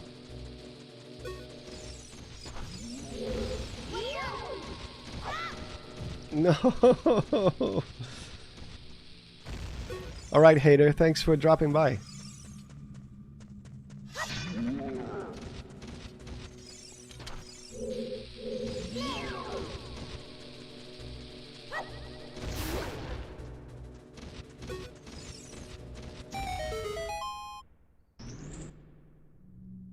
Ever gonna do Majora's Mask theories / content?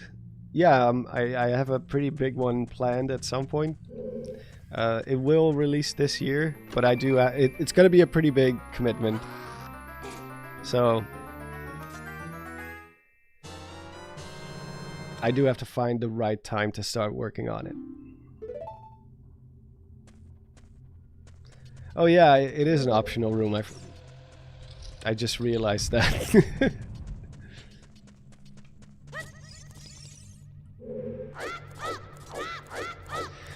When you're adult Link, you can beat him with the sword, but the Kokiri sword is too weak. Too weak.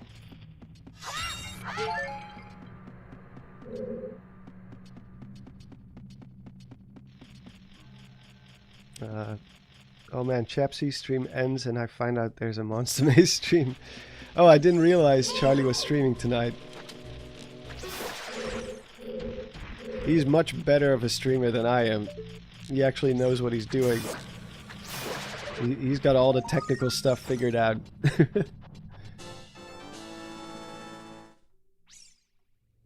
Oh, if you stun it with the Deku Nut, you can kill it with the sword. Gotcha.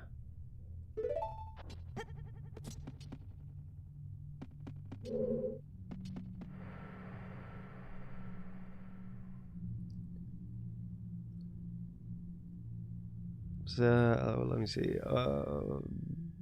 I missed a few questions here and there, or remarks. For me, watching those old videos just made me sadder because the theories ended up being more exciting than what the game was. I actually do want to do a video about that at some point. Just some of the mysteries that ended up being a little bit disappointing. I don't want to focus too much on the negative stuff. That's why I've never done like a Tears of the Kingdom review or ripping the story apart, because I'm also not the biggest fan of Tears of the Kingdom storytelling. I do like some aspects of it, but I think the execution could have been better. But I just don't, there's already so much negativity on YouTube. I don't want to contribute to that.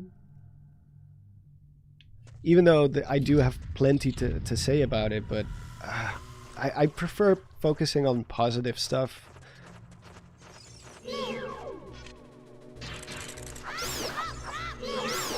Like even with my video on about Mekar Island, I kind of framed it in a way where the title kind of makes it seem like I'm gonna be complaining a lot, like the disappointing mystery of Mekar Island, I think it's called, or the frustrating mystery of Mekar Island. But it wasn't meant to be like a negative video at all. It was just supposed to be like, oh my god, why won't they just answer the question? Like why won't they solve this mystery for us? Because there was so much potential there. But it's not something that bothers me in real life, obviously, but it's just funny that they had so many opportunities to do something with Mekar Island, and every time they just do nothing.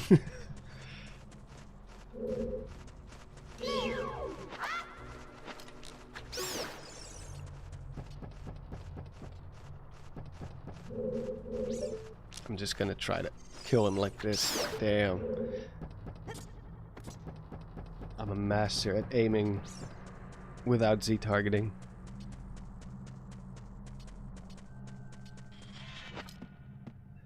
I don't even mind if the Zelda team just doesn't have the answers themselves. That's never been my problem, because obviously Zelda fans will just come up with their own stories.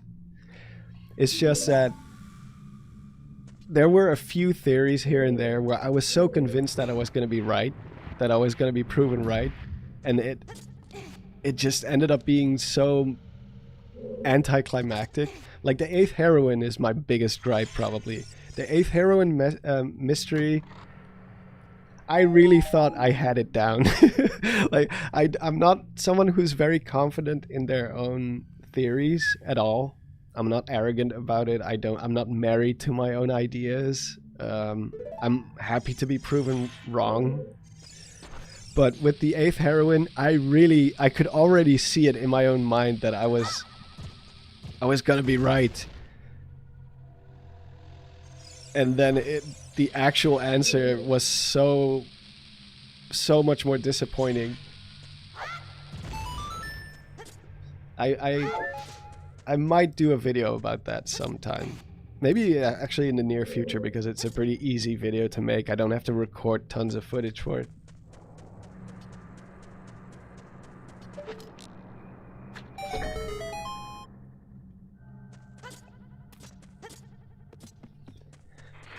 Zelda Cycle says, I actually think a lot of people are factually wrong about Tears of the Kingdom. I think the issue is not negativity, more that people are just lying. I don't really experience it that way.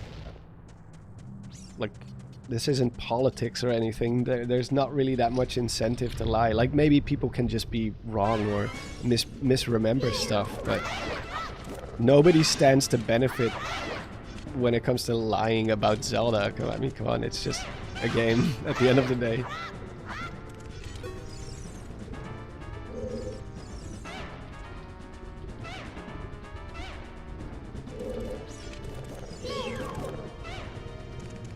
Come at me, bro.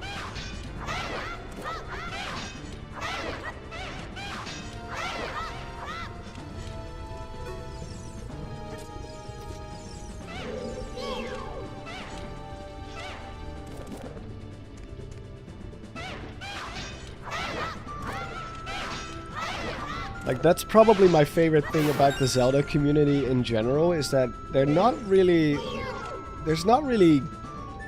the type of grifters that you see with movie reviews and stuff like that. You know what I mean? Like, grifting doesn't work in the Zelda community for some reason.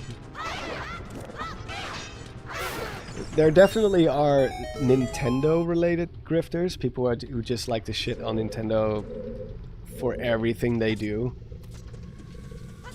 Like, anytime Nintendo farts, they immediately make a video about it. Like, oh my god, look at what Nintendo did. So horrible. What a horrible company. Like, that does exist, but I don't know. The Zelda community doesn't really take that.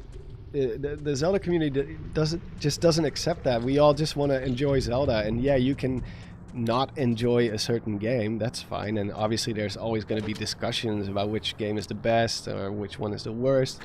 But like actual Zelda grifting, where you're just trying to basically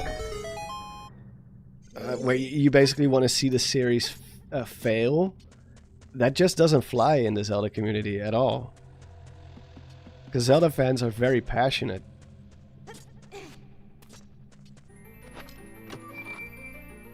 Yeah, maybe you have grifters in the way that they're, like, when it comes to Zelda news.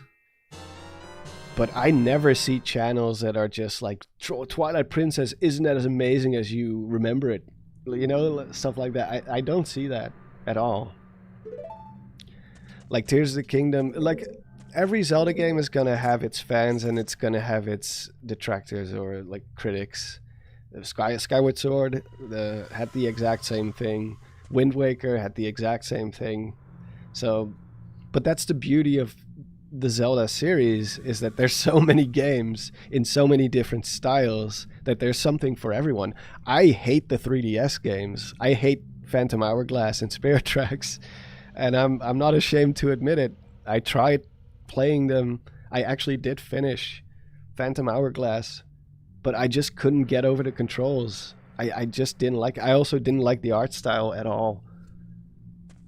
The game looked so ugly to me.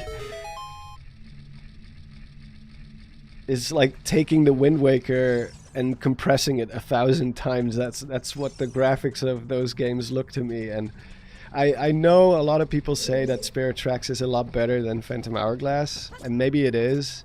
I've never given it a real chance, to be honest, because the games just didn't click for me at all. But that's me. There's like, that's 2 games out of what, like 20, 21 at this point, if you don't even, not even counting spin-offs and stuff. I know people that I know plenty of people that really love the 3DS titles. My brother is a huge fan of Spirit Tracks. It's just not for me. So, you know, right now Tears of the Kingdom is the newest game, so obviously it's gonna receive the most criticism. But at some point a new Zelda comes out. That Zelda is not gonna be perfect. It's gonna have its own problems.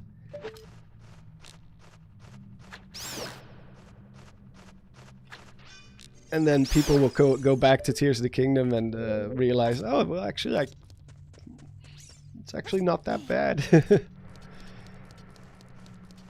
I hated Skyward Sword when it first came out, and now I love Skyward Sword. So you never know what's going to happen.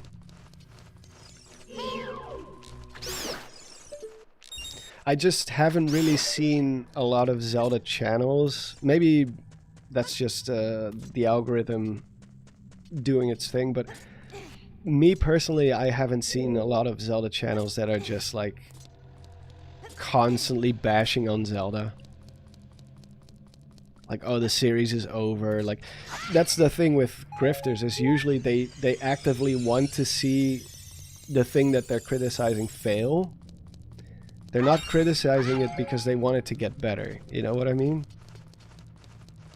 Because there is definitely a difference between normal criticism and just wanting to see it fail because it gives you some sort of weird satisfaction. Like, that's why I don't engage with the Star Wars fandom at all. I'm just tired of that mindset, you know? Either you like the sequel trilogy or you don't. If you do, that's great for you. If you don't, that's also fine. But this endless discussion and this endless bickering about every aspect of it, I'm just tired, boss. That's basically what it comes down to. Either watch it or don't.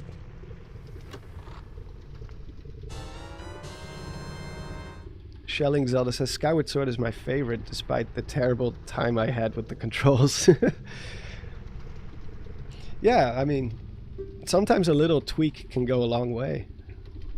And if Nintendo doesn't do it, then mods will.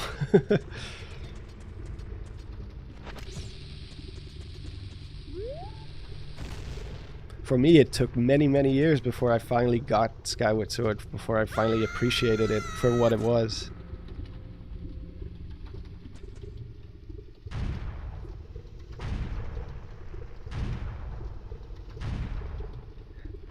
Hyrule Joester says, I think at least Tears of the Kingdom's story was miles above Breath of the Wild. Presentation... The present story is great, with discovering the new sages and Minoru... Blah, blah, blah. Okay. Okay. Sorry. Discovering the sages and Minoru. The twist was fun. And an actual order to the memories. I kind of half agree with you. I think Breath of the Wild's story was more minimal, but it didn't have as many plot holes, if you want to call them that. Like with Tears of the Kingdom, I genuinely had moments where I was like, what? That doesn't make any sense. I didn't have that with Breath of the Wild. With Breath of the Wild, it was more like, I wish there was more story. Which it kind of did have, if you also count Creating a Champion, the book, because then you finally get a lot more backstory. But I did kind of wish that there was more story in the game itself. So Tears of the Kingdom story was more present for sure. I totally agree with that. But I think Breath of the Wild story was more consistent. For, you know, even though it didn't have that much story.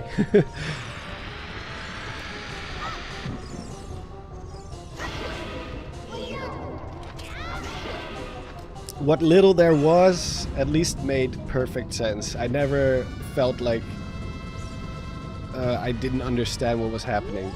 And I did have those moments with Tears of the Kingdom.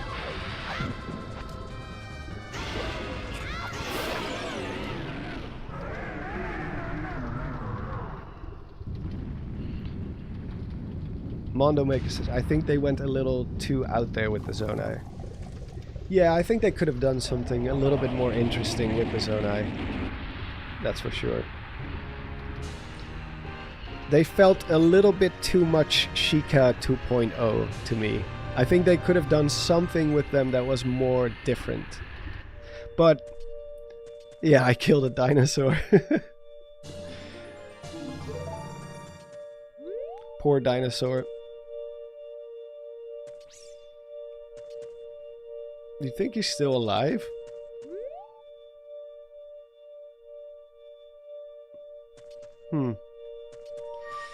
Well, not my problem. He took its heart too. Yeah. Secret Stone? Demon King?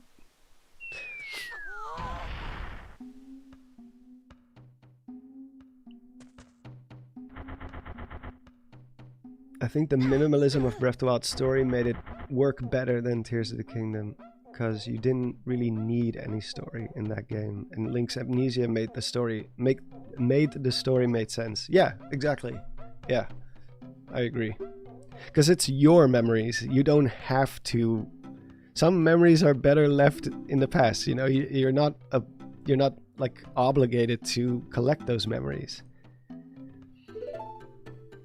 Whereas in Tears of the Kingdom, that's the only way to learn what happened to Zelda. So there it does have a certain urgency to it. But again, I do understand why some people think the story of Tears of the Kingdom is better, because it did have more of a progression to it. Whereas Breath of the Wild story was just basically just go out there, get stronger, and everything else is optional. Like, you can learn what happened to you, how you got into that position, but in many ways it doesn't really matter, because you're here now. Ganon is gonna wake up any day now, and you have to get strong enough to fight him. When your first memory in Tears of the Kingdom is witnessing Sonia's fall. Yeah, there is a real possibility that that will happen to you.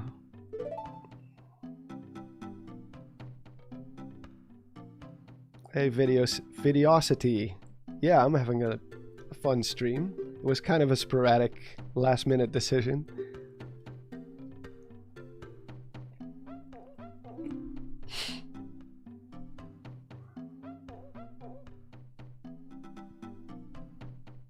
But again, at some point the new Zelda game is kind of gonna come out, and then things will shift again.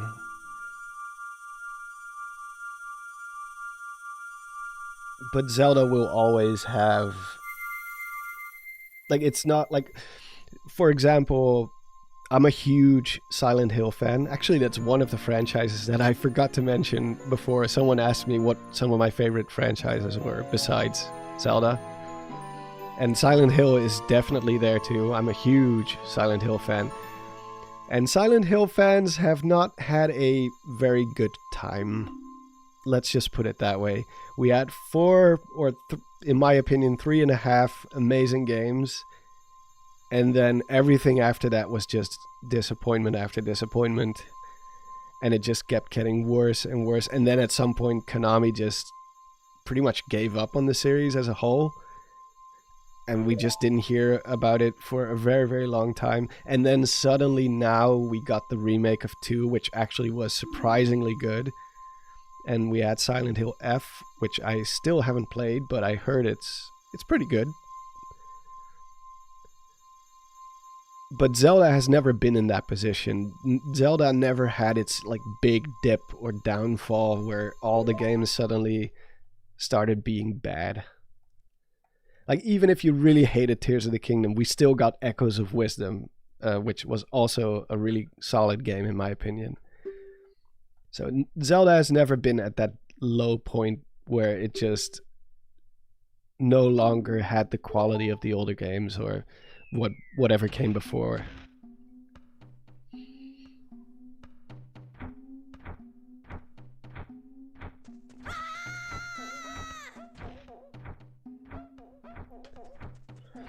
When do you think they'll reveal something new for the next Zelda? I think it could be as early as the summer of this year, maybe. Or end of summer. Like, usually they have 2 directs, one in May/June, and then one more in, I think around September, October. I think it's possible. I mean, Tears of the Kingdom got announced 2 years after Breath of the Wild. And Tears of the Kingdom is already old now. So I think it's possible. At least an announcement, you know, even if it's just like, hey, we're working on something new. I don't see why. Oh yeah, the magic. Actually, do I need magic to progress to the next dungeon? I don't think so, right? You can clear Jabu Jabu without magic. I don't think you need magic until you need Din's Fire. I think I can always go back up later, but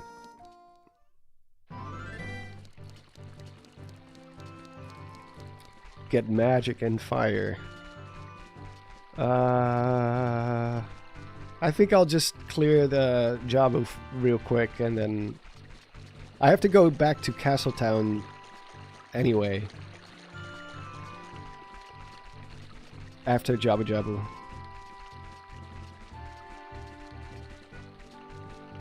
I love when they reveal something and Zelda tubers go wild. Same here. Like, they don't even have to show like a big trailer or anything, even just artwork or you know, remember when they just showed a little bit of artwork to let us know that they were working on Skyward Sword?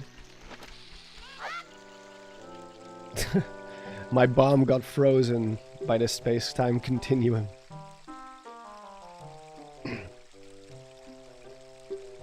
Am I doing advanced bomb techniques? I'm not a speedrunner, man, or a glitch hunter. I don't know any tricks. Oh, I just exploded without anything happening. Are we gonna make an hour of content? Well, maybe we'll have discussions about it, but I don't think I will be doing that.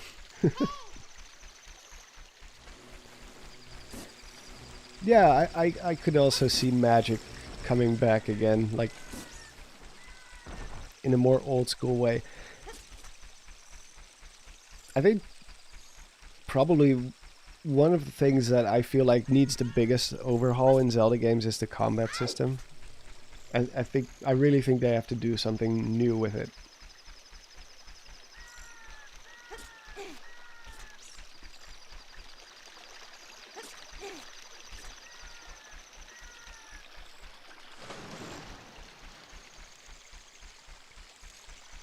Yeah, maybe they can lean into the whole fantasy stuff a little bit more again, because in the last games it was a little bit more technology based.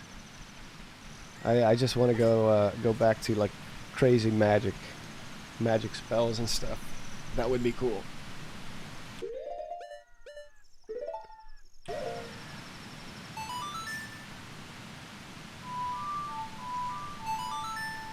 I'm more interested in this than the Super Bowl.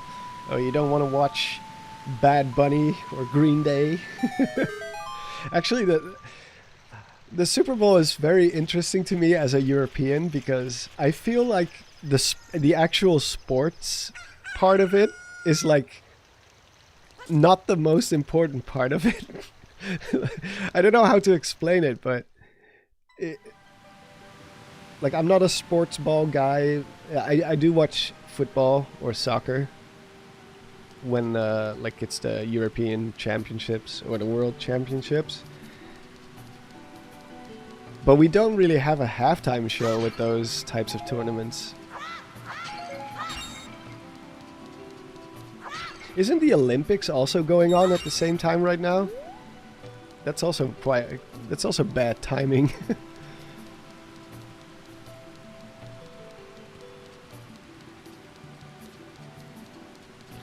But I don't know what it is. I always feel like people are talking more about the halftime shows and the promotions and all that stuff than I actually hear people talking about the actual sport. Oh yeah, it's the Winter Olympics, of course. Yeah. As an American who doesn't sports, that's a funny way to say it, I would agree. The non-football part is more important than the actual football, yeah.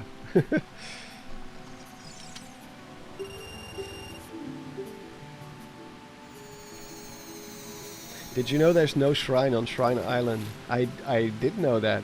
I don't know who told it to me, but I think it was a pink plushie who told me.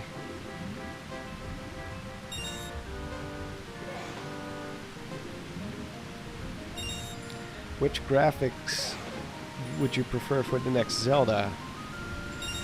I think it's time for something a little bit more realistic again. Not like full, like super realistic. Not like Unity 5 realistic, but something in between.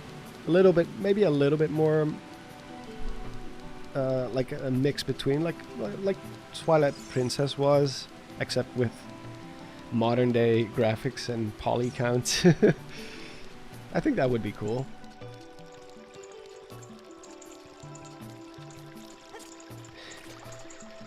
Give me the scale.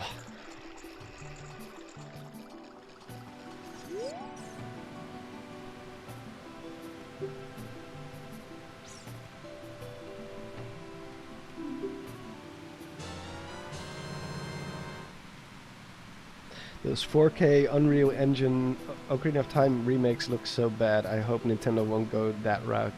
I wouldn't say they look bad, but it's not Zelda to me. Because Zelda always does something interesting with its graphical style that makes it stand out from every other game. Yeah. So I wouldn't say it's bad. I think it's pretty cool to see the environments and what they would have looked like if graphics were better at the time. Because obviously every game is limited by the technology of its time. But yeah, I would not want to see a Zelda game with those types of graphics myself, personally, if I had to choose. I think Zelda always benefits from having at least a little bit of cartooniness to it. I don't want Zelda to go full Dark Souls, for example. Because Dark Souls already exists. Even though Dark Souls, even Dark Souls has a little bit of a cartooniness to it sometimes, but it's very bleak. Like, I love horror and I love the atmosphere of the Souls games, but I don't know if I want Zelda to go that route.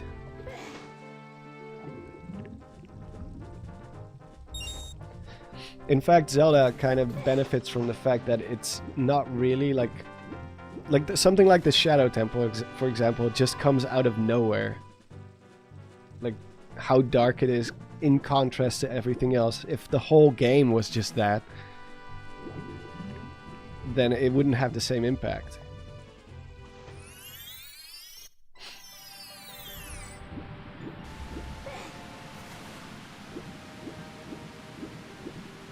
Yeah, the little cartooniness.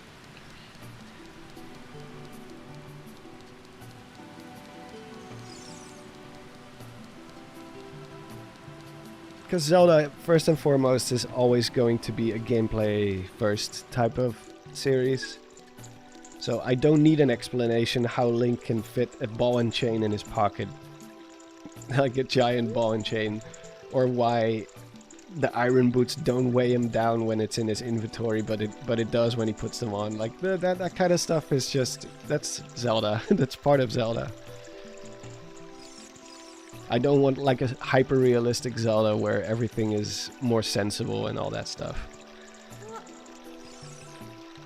No, that's not what I need to do.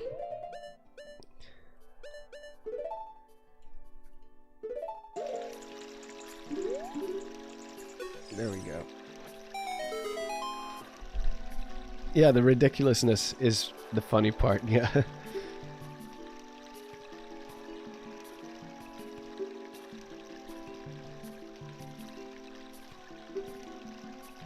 Yeah, Zelda was created with the idea of childhood wonder and adventure. Going grimdark would lose the feel. Absolutely. 100% agreed. Again, it's all about contrast, you know? Again, the reason that the Shadow Temple hit so hard back in the day was because the rest of the game was not that. In fact, I recently saw a whole video essay about the best types of horror are found in non-horror movies.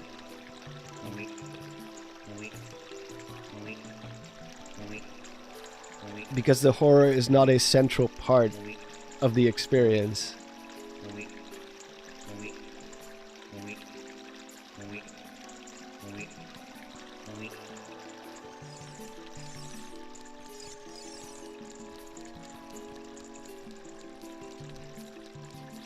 Oh yeah, I gotta catch a fish first. You let your guard down more in non-horror things. Yeah, exactly. Yeah.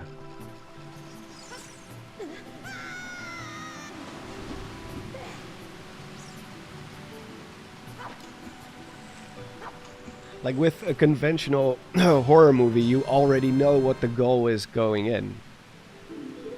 But when you watched something like Harry Potter at the time, it wasn't about that, but then there were some scenes like with the Dementors and stuff that were so incredibly creepy.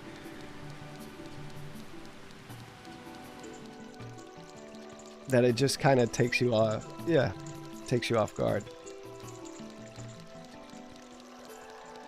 What do you think? What do you guys think Zora's Domain smells like? Yeah, fish. Probably not salt, because this is a river. Unless it's a salty river, but... The one from Majora's Mask is salty, because that's in the sea. It's actually kind of funny how the Zora, sometimes they're saltwater based, sometimes not. It just kind of changes. But these particular Zora from Ocarina of Time, yeah, they're freshwater based. I keep wanting to say sweet water because that's how we say it in Dutch. In Dutch we say zoetwater and zoutwater. Sweet and salt. Yeah, I am Dutch. I thought you were American because you got no accent. Well, watch some of my older videos and you will definitely hear an accent. But thank you. I worked hard on getting rid of my accent.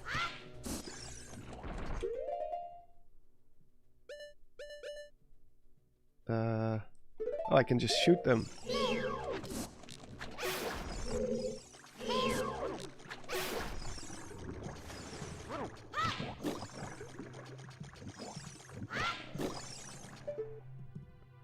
Where is it? Where is it? Where is it? In Germany, they are called Süßwasser. Süßwasser. which also translates to Sweetwater. Yeah. Well, our languages are very much related, right?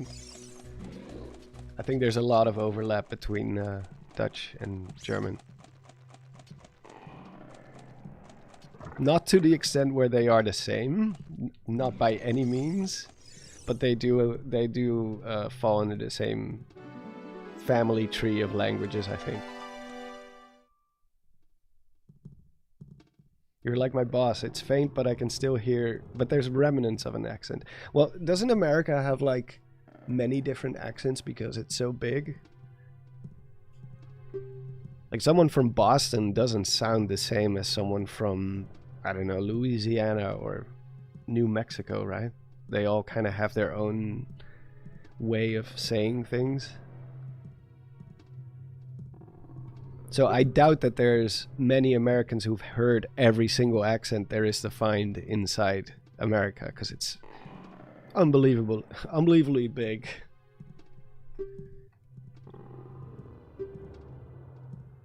Even in the Netherlands, which is, you can drive across the Netherlands from north to south in like 3.5 hours, and west to east in 2.5 hours. That's how small the Netherlands is.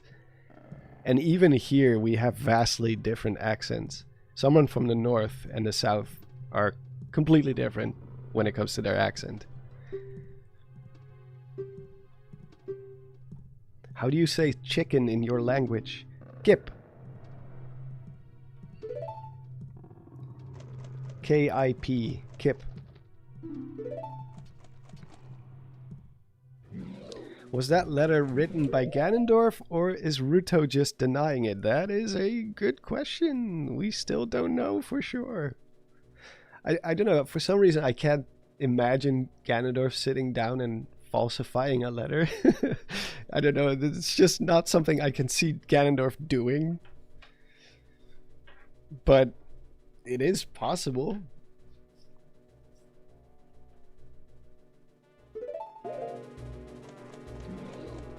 It is definitely possible.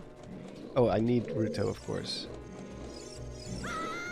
This is probably one of the weirdest dungeons when it comes to the progression.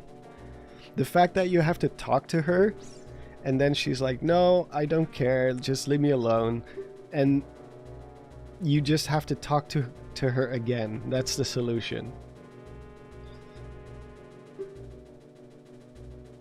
I remember the first time she says, yeah, get lost, and you just you just go, okay, well, I guess that's not what I'm supposed to do, and then you just wander around for ages, and then you talk to her a second time, thinking, oh, maybe she gave me a hint, or maybe I missed something, and then suddenly she's like, oh, you're hell-bent on saving me? Well, you're gonna have to carry me. It's like, what? How am I supposed to know that?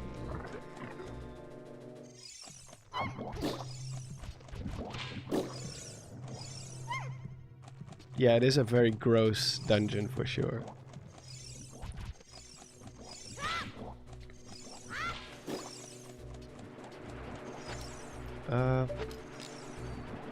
Oh, freehand shooting.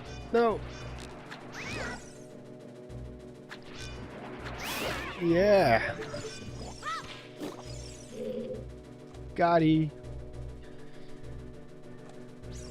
Let me see. Huh.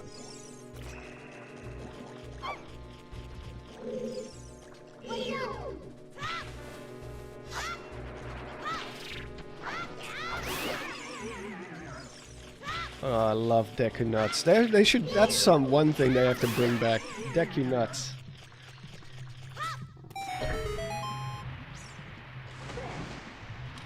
Such a great item.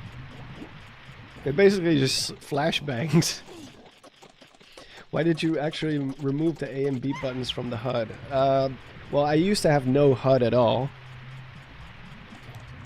for capturing footage for my videos, but just for this playthrough I decided to at least have something on screen, because I do want to be able to see my health. And I forgot to put the A and B button, but it doesn't really matter because it's not like you need it.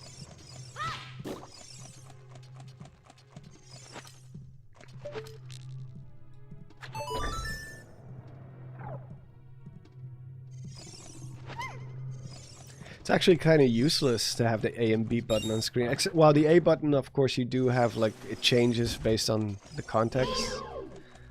But the B button is almost always just the sword. It's not like you can change it.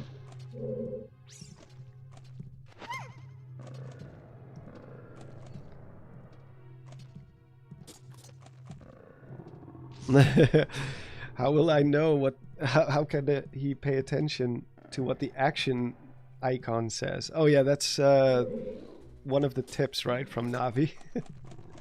Pay attention to what the action icon says. Man. It's easy to forget sometimes that this game was designed in a time when 3D gaming was not like something most people understood yet. It was still a new concept. This switch, it does not look like you can press it down with your weight alone. Well, that's why we have her. Oh, I think I went into the wrong door.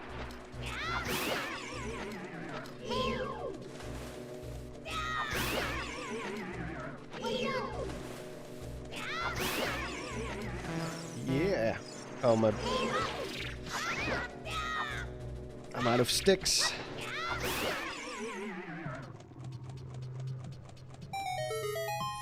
I think you can use a box as well to weigh yourself down. This was one of the first 3D games ever. Yeah, it is noticeable.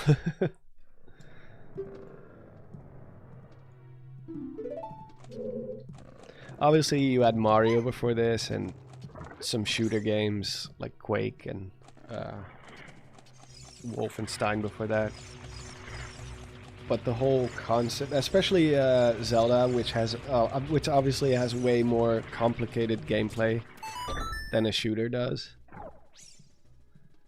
They just had to explain a lot of things.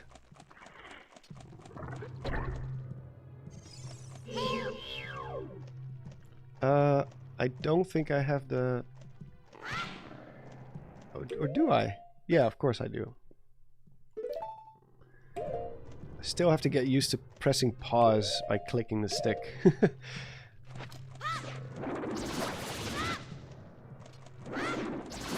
There we go.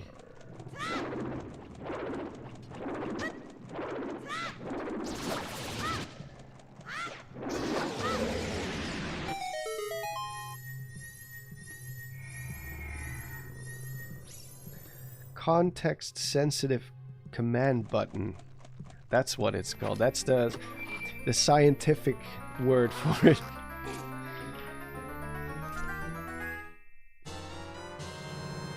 Do you think Majora's Mask 3D was a bad remake? I'm not sure. Some aspects of it, I guess. I never really experienced it that way when I first played it, but after seeing Neryl's video, I did agree with some of his criticism. Obviously, the Zora swimming was handled very poorly, and some other things as well. I didn't like the new boss designs for sure. I don't think they had to add that eye weakness to them. But that's coming from someone who has played the original, so it's hard to judge. I will always play the original over the 3DS version, except when I'm making videos, because the environments are way more detailed. If you're used to the 3DS games, the 3DS remakes, going back to the originals, it suddenly feels so empty. Like the rooms feel empty, people's houses feel empty. But that's just because they added so much more detail in the 3DS versions. Eigenwo says, I'm going to bed now. Have a good rest of your evening. Thank you. Have a good rest. Thanks for dropping by.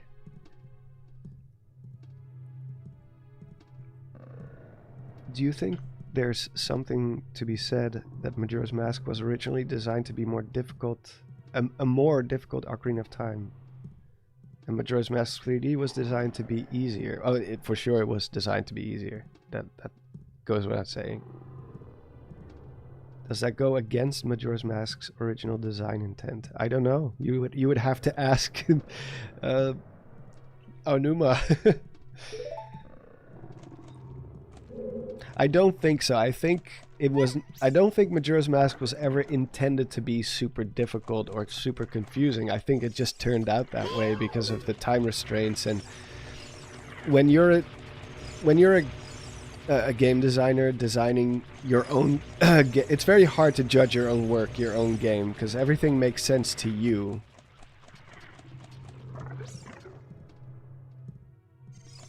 So I do think it was kind of like a happy accident, which is usually the best types of accidents.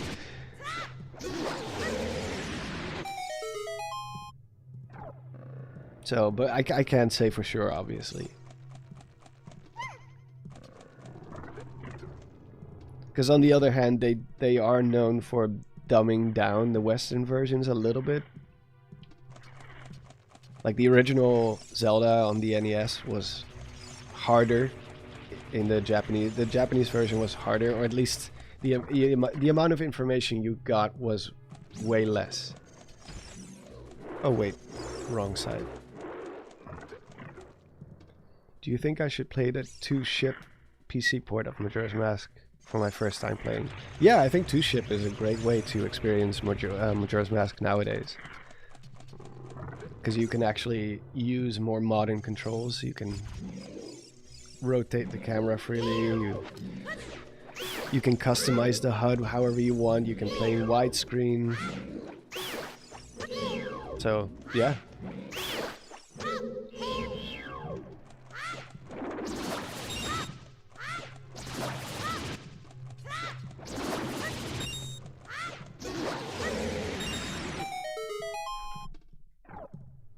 Do you want dungeons to make a comeback in the next Zelda game, or do you prefer the open sandbox style?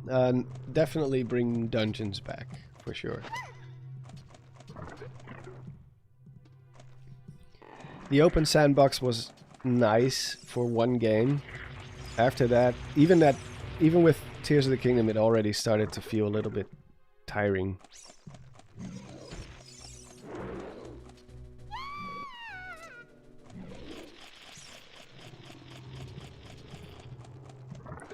Because the biggest pitfall with open world games like sandbox games is how are you going to surpass the previous game? Usually by making it bigger and bigger and bigger. And where does it stop? At some point the world gets so big that it's harder and harder to focus on the quality of other stuff. You already saw that with the depths to a certain degree, where it's like it's so big, you can only fit so much content into it. So what are you gonna do? You gotta copy paste a lot of things. You have to put more generic things. Like I like handcrafted experiences that are a little bit smaller. That's my personal preference. I still want the freedom of exploration that we saw in Breath of the Wild. I still want the survival aspect of the overworld that we saw in Breath of the Wild and Tears. But I wouldn't mind if they scaled it down a little bit and, you know, handcrafted some stuff.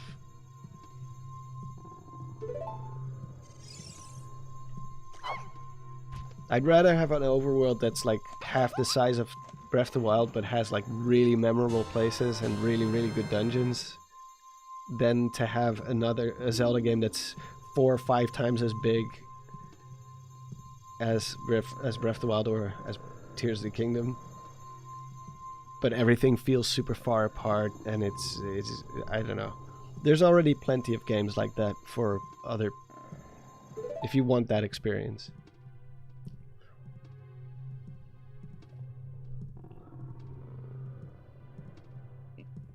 Why do you think A Link to the Past is called that in English when the Japanese name is the Golden Power of the Gods? Probably just Nintendo of America.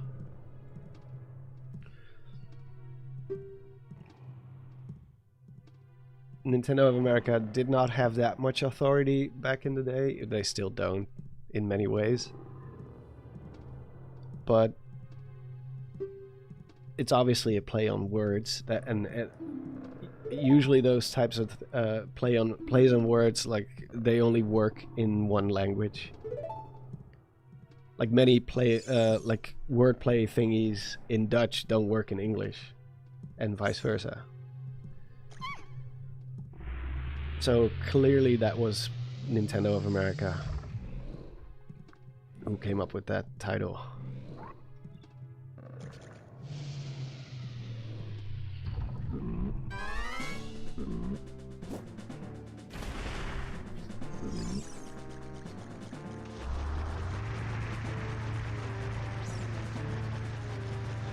Oh, I always hated this boss, because it's just running in circles the whole time.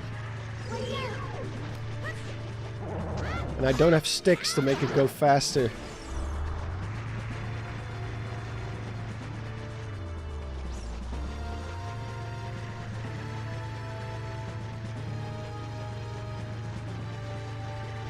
Come on!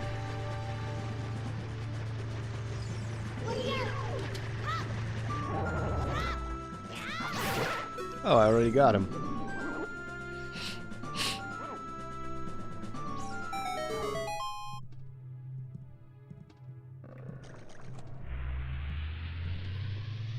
NOA had a stricter no religion policy back then. Oh yeah, I forgot about that. That's true. Maybe because the word gods was in there. That's possible for sure.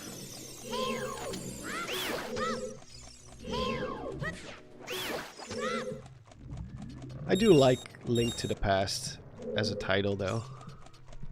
I think it works.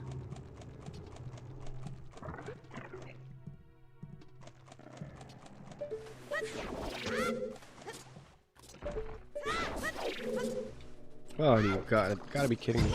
Can you just go away? Just go away. Yes. Thank you. The strategy for Big Octo is to let him hit you, because he'll just turn around. Yeah, that's true. But I'm too prideful to let my... Also, that's like a speedrun strat, right?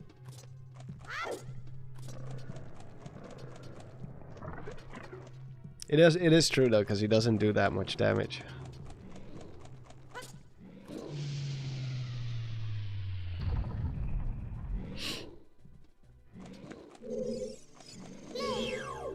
I do have to take a small bathroom break after this boss.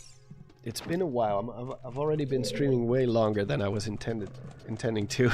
I thought I would just log on for an hour, maybe 1.5 hours, and then just dip.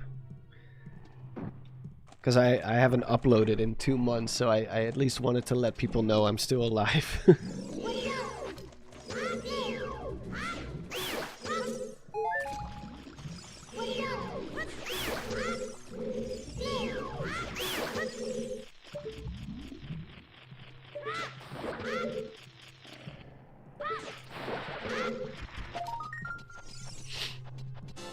You said you didn't care much for the 3DS games. Does that include Link Between Worlds? No.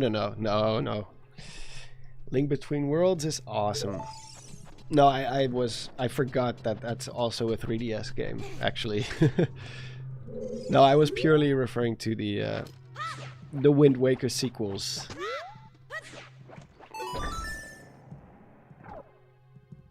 They just didn't really do it for me.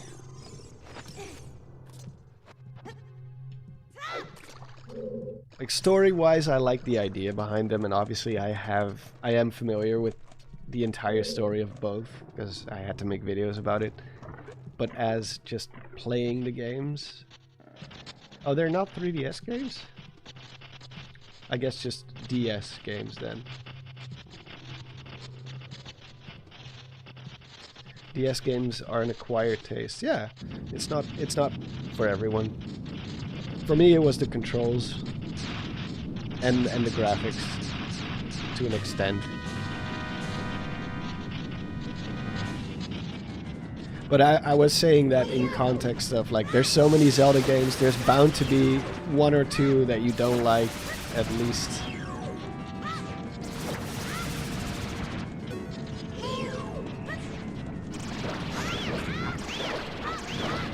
Like, there's something for everyone.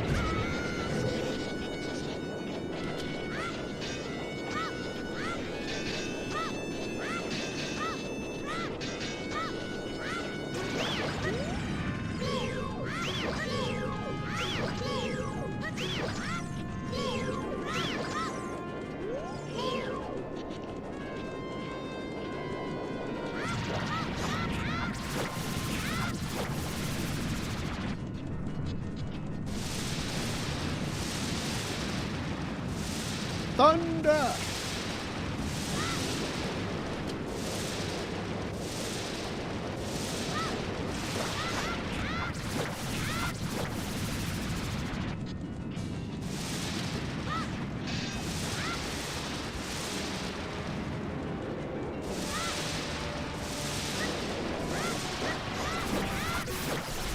There we go.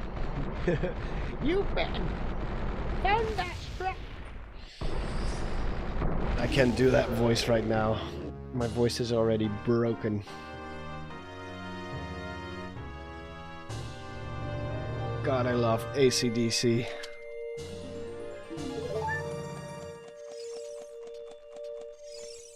Such an easy band to listen to.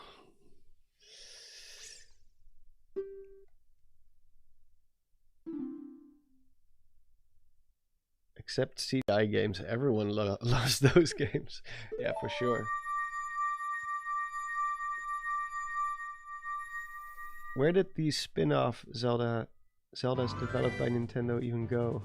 Now it's only Grezzo and the mainline games. Well, they still use Tantalus, I think, for the ports and the remasters and stuff. But yeah, there was a time when Capcom was doing Zelda games. But maybe it felt like it was more back then than it is now.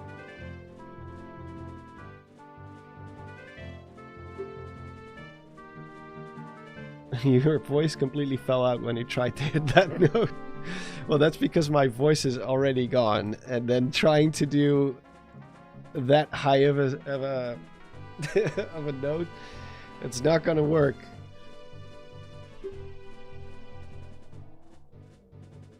And I can't yell it, because that's the only way to do it. You can only yell those lyrics, because then my audio will peak like crazy. Because his entire like voice is just screaming, basically.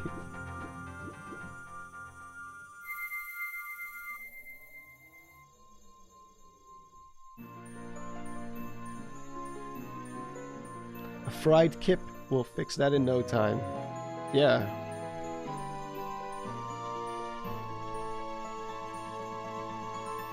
Well, that's what happens when I talk for a long period of time. I just get raspier and raspier as I go. It is what it is.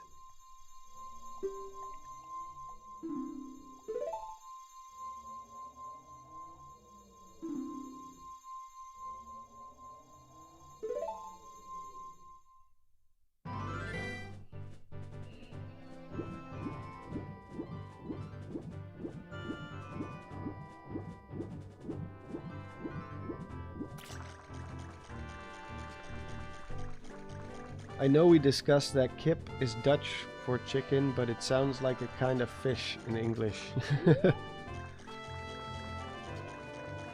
Isn't kip also just a name in English?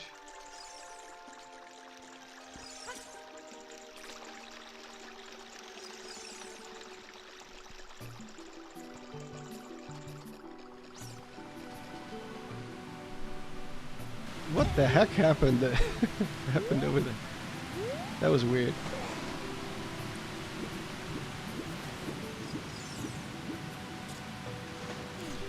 Capcom made some of the best mainline 2D Zelda games. Oh yeah, for sure. Minish Cap, Oracles.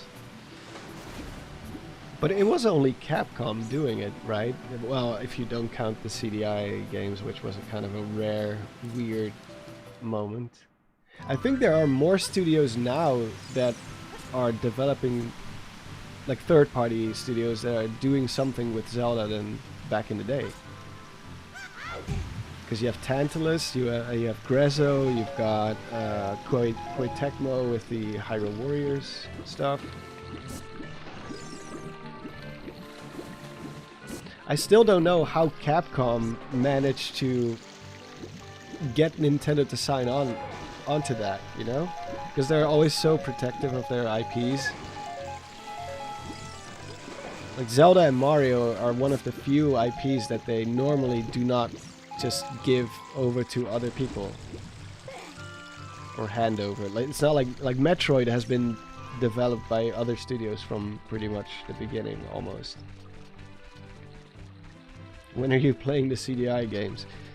When I'm suicidal, I guess.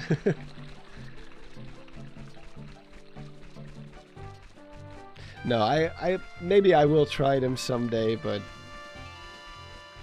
knowing how frustrating they can be, I'm not looking forward to it. I'd rather play Ninja Gaiden on the NES.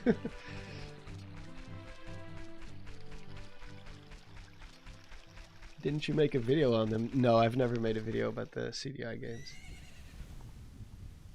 Maybe I've referenced them, or either as a joke or just as like a passing mention, but no, I've never made videos about them.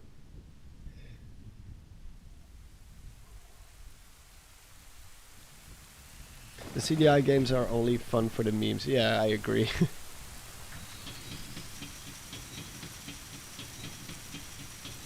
Man, you know your trivia. Capcom was originally supposed to do a remake of Zelda 1.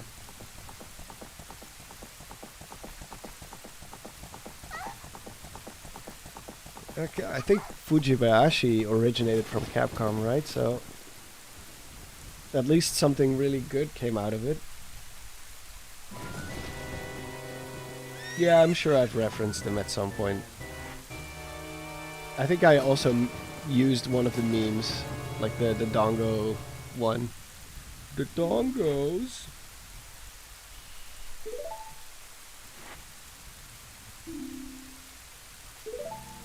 Look at the arm on Zelda. Yeah, she should be playing baseball.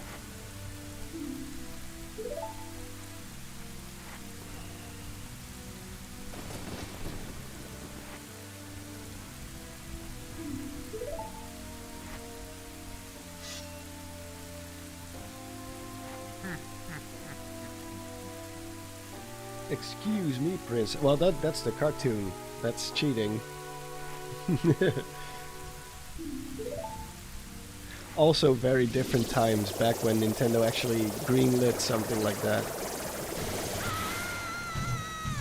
It's weird, they've become both more protective and less protective of their IPs.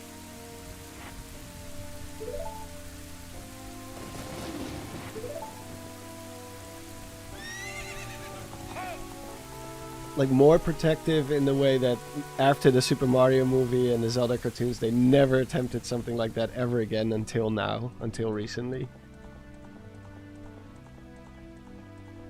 But they've also been a little bit more lenient when it comes to, like, obviously you have the, like I said, the Warriors titles. You've got, what is it called again? The rhythm game. I always forget the name of it.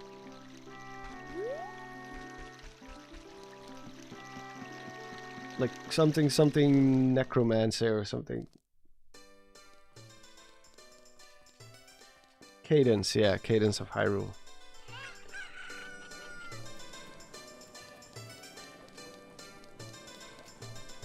Oh yeah, I should probably get Din's Fire real quick. Even though I don't have any magic yet, but, you know, at least I'll have the thing.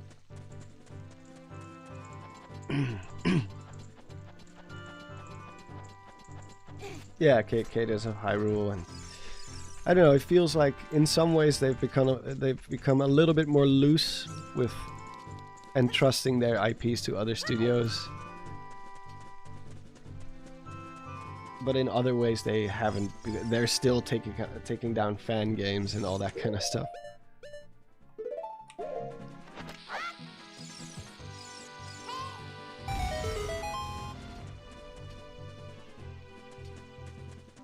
Oh yeah, Necro Dancer, not Necromancer, that's true.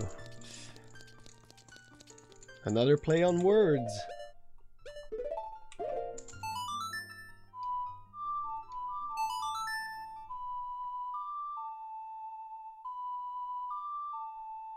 Do you still hate Tears of the Kingdom? I've never hated Tears of the Kingdom. Oh, because I don't have magic, I cannot get the thing yet. I've been critical of the writing when it comes to the story, but besides that, I've never hated Tears of the Kingdom.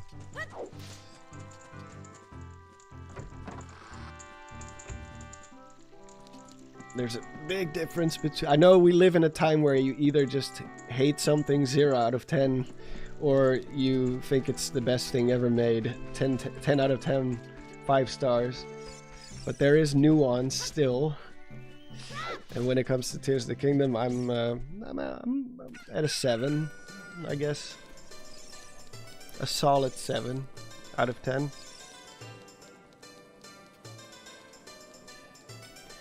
You can't just get the magic here.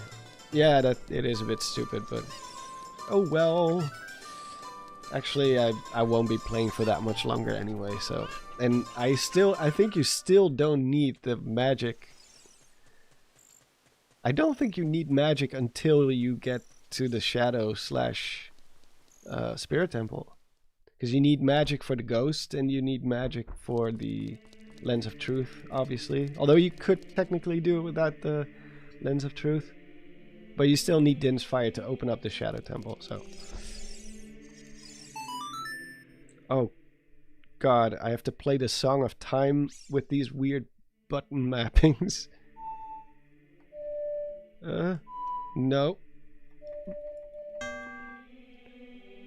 Again.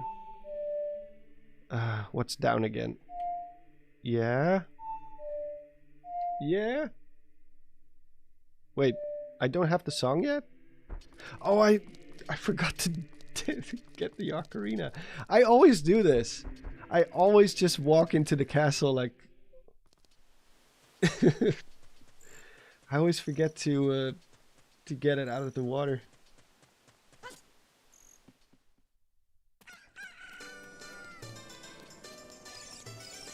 And now it's too late. Hyrule's doomed.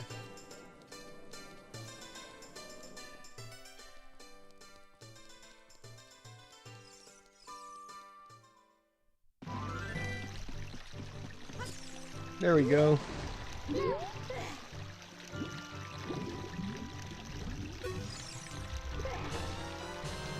I meant to do that.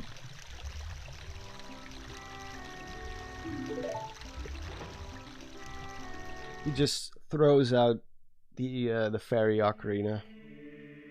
His precious gift that Saria gave him, he just discards it.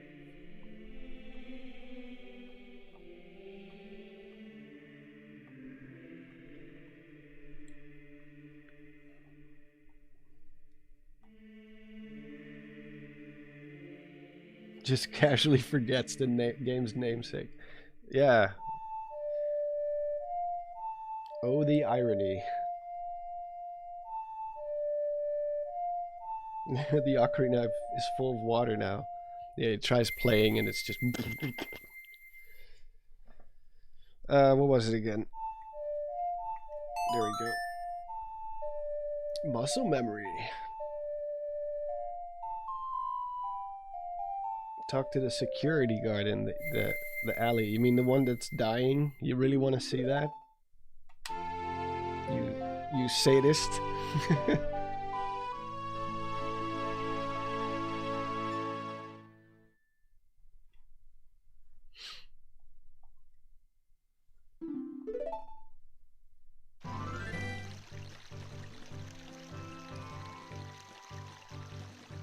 Actually, I think I also made a joke about that, playing the ocarina underwater. I think that was in my water temple video, where he's trying to play underwater and it's just bubbles coming out.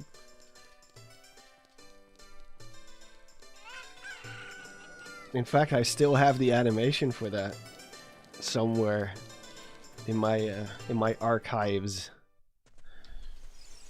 Oh wait, the dead guy.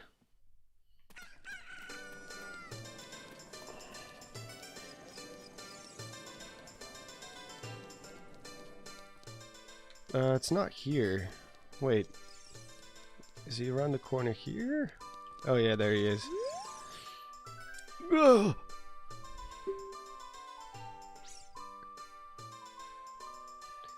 What if we never talked to him? Would he have survived, maybe?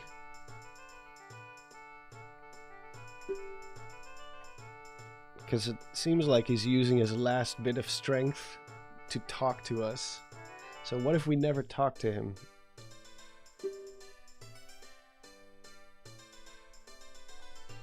You will never be forgotten, nameless guard.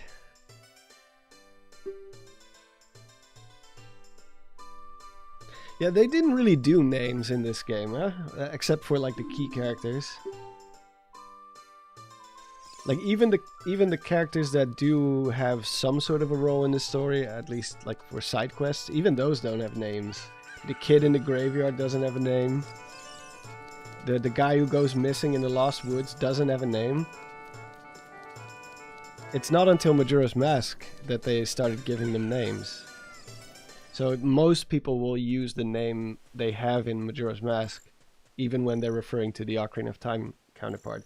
Everybody says Anju when they're referring to the chicken lady, the Kuko lady. Master Craftsman's son, yeah, stuff like that. It's kind of funny how they just didn't bother to give them any names whatsoever. What was it again? Here we go.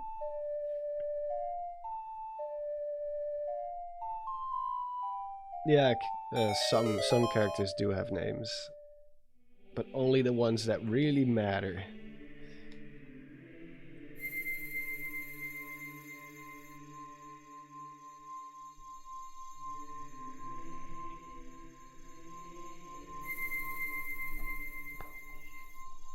Don't do it. It's a trap.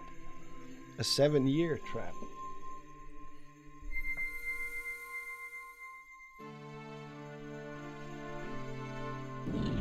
It's funny how as a kid you experience a story like this and you're just like, oh cool, I'm big now. And as an adult you're like, how horrible would it be to be a kid inside of an adult body and suddenly everyone is counting on you even though you've only been alive for like, I don't know, how old is he in this game? 9? When his adventure starts? So you're someone with the brain, with the life experience of a 9-year-old stuck in an adult body. But that's not something you think about when you're playing this game as a kid.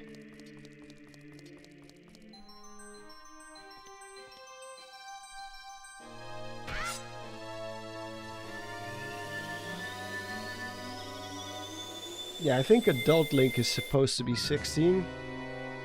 17?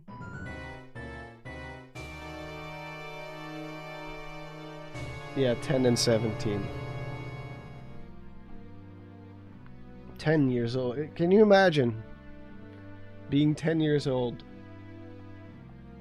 Like, what life experience do you have at 10?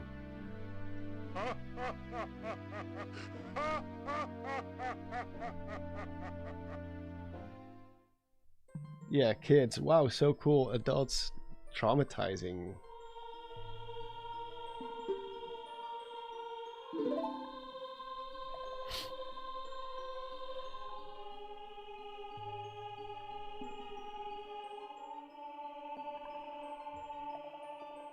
Yeah. He's just standing there. 10 years old, go save the world now, kid. Yeah. I mean, your body may have grown bigger and stronger and stuff like that, but mentally you're still a 10-year-old.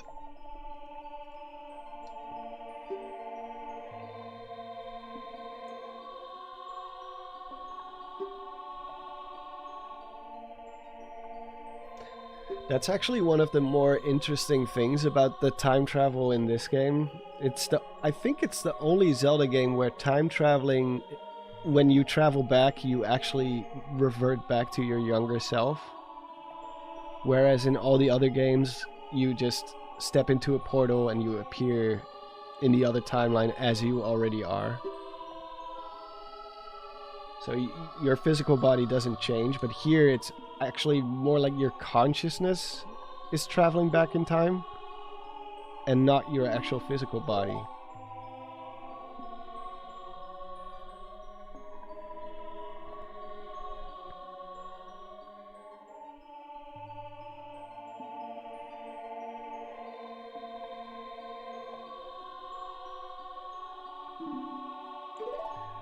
Question, when are you actually meant to do the bottom of the well? Right before this, after the water temple, I believe. Well, you can do it earlier than that, but there's not really any point because you don't need the lens of truth until Shadow and Spirit Temple. I do remember doing the Spirit Temple before the Shadow Temple as a kid. The Shadow Temple was last for me, or was it the other way? No. I did the. Yeah, I did the Spirit Temple first, for sure.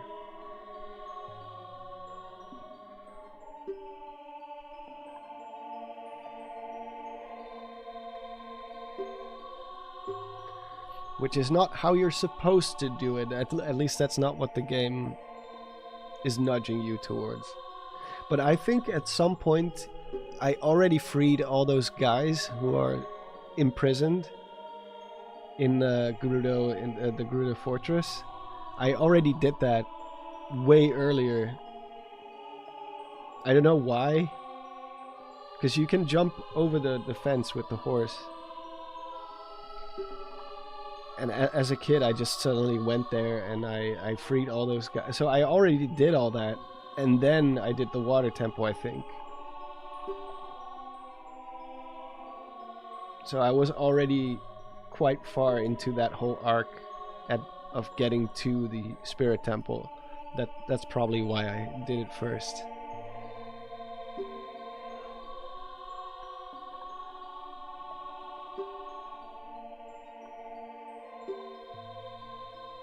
Yeah, you just need the Song of Storms, right? To get to the bottom of the well.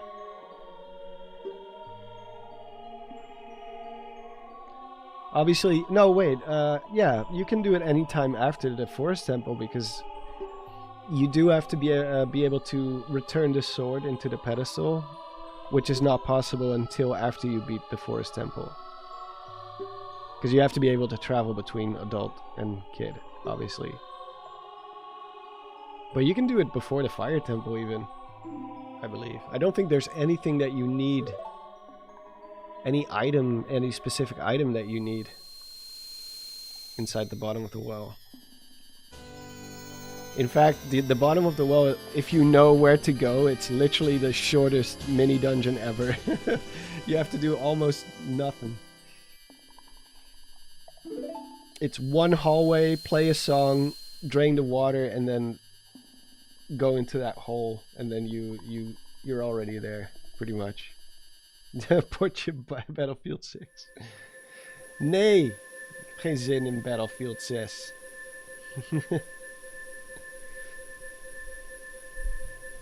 I've been playing Battlefield 6 with Charlie, and well, sometimes in between.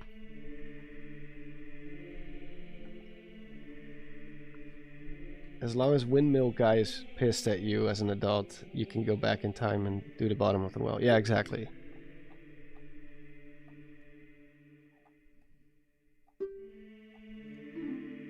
I just didn't want to fight Bongo Bongo, so I did everything else in the Shadow Temple and then went to free the Carpenters. Well, that's one way to do it.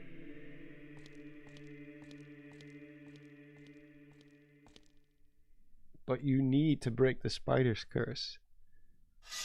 Ah, screw him.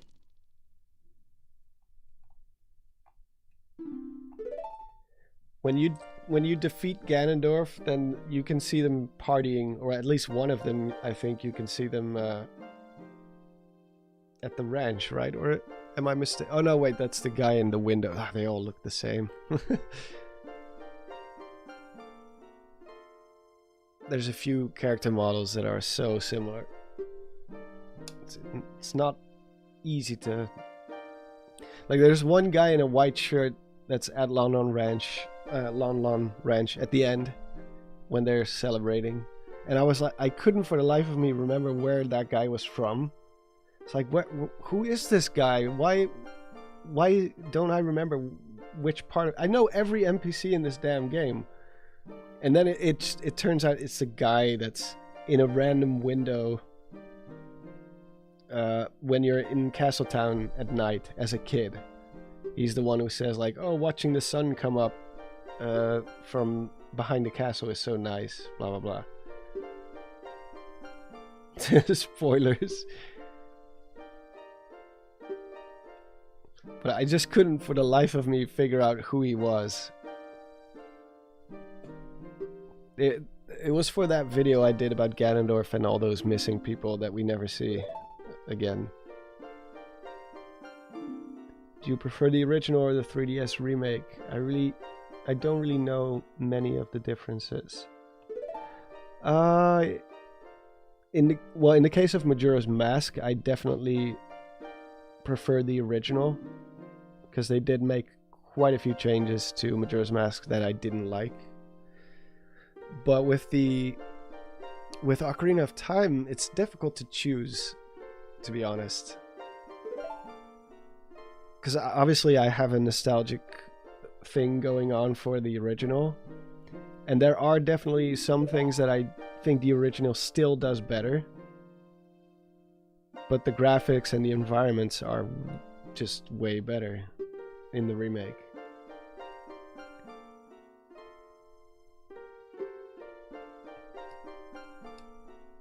Like, certain animations don't sit well with me in the remake, in the 3DS remake. The way Link runs and rolls, it's very difficult to explain, but it feels like there's no weight to it. Maybe it's like an animator thing, and most people won't notice that or don't care. But for me, something doesn't feel right with the animations. I think the walking and running animation of the original is better, for some reason.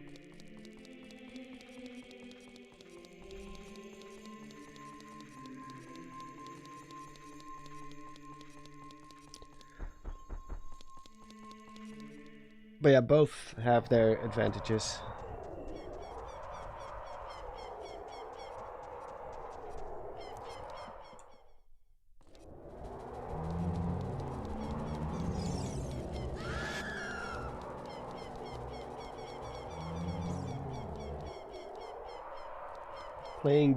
Playing Zelda games in German first really makes English terms like champions or divine beasts sound so weird compared to Recken and Titanen. Is that what they're called? There's no Dutch version, so I wouldn't know. There's Dutch subtitles, I think, if I remember correctly, but there's no spoken version. There's no dub. Why would they? Nobody speaks Dutch. It's one of the least spoken languages in the world, probably. Titanen!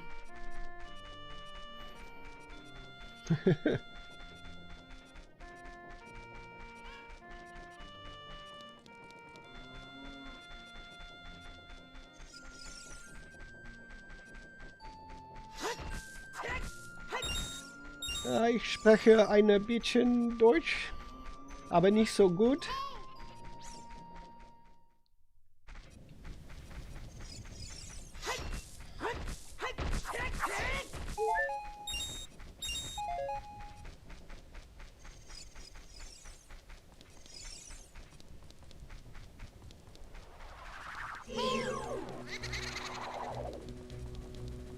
I can actually understand German pretty well. When someone is speaking German, I can make out like 70-80% of what they're saying.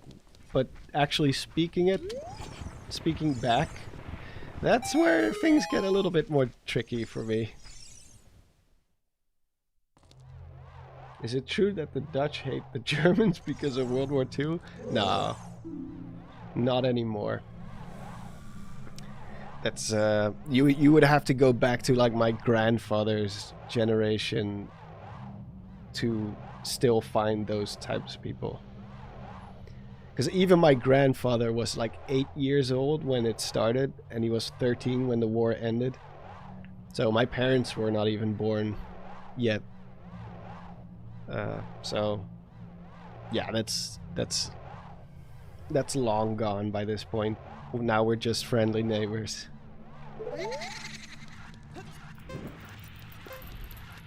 Like we might have some jokes here and there, like some harsh jokes that we still use, but it doesn't go much further than that.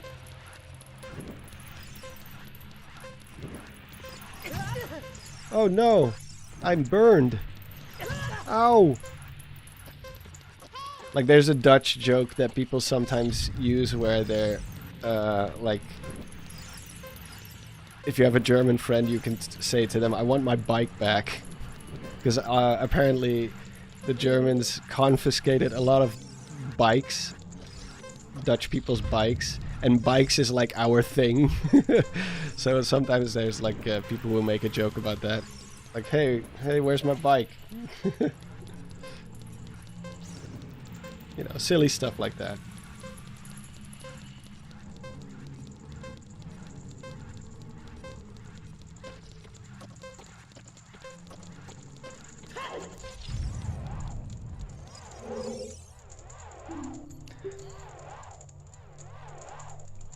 I feel like Europe has mostly become friendly to each other in the modern world. Like once upon a time, Europe hated each other, but now, oh yeah, nowadays they seem friendly. Yeah, we've been killing each other since the ice melted here on this continent. It's been nothing but conquest and wars and yeah, Napoleon and the Age of Empires and oh man. I'm glad I didn't grow up in those times. Now Europe is very friendly with each other, yeah. I think it's the longest peacetime we've ever had in the history of Europe. 80 years without any...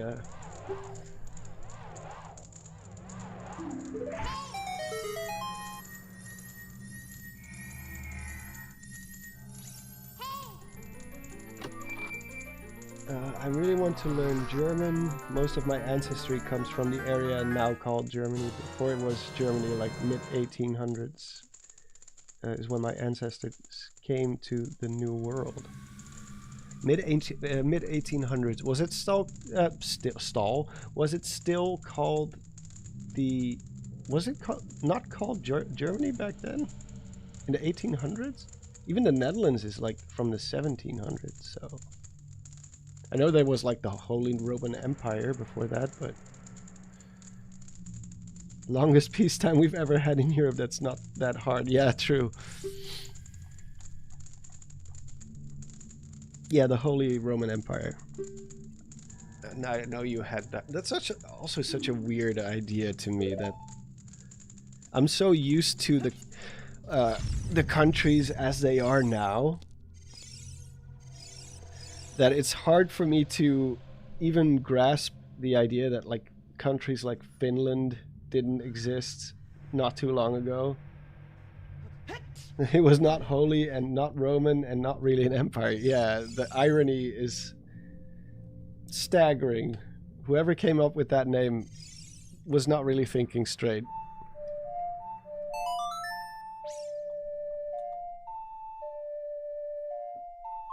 Alright, Kenshinumura. Peace out. Thanks for dropping by. Germany as a country is quite young by European standards. Yeah, I guess that's true. Same goes for the Netherlands. Obviously the people did exist, Actually, I can already piss him off right now, right? Yeah. For later. Piss off the windmill guy.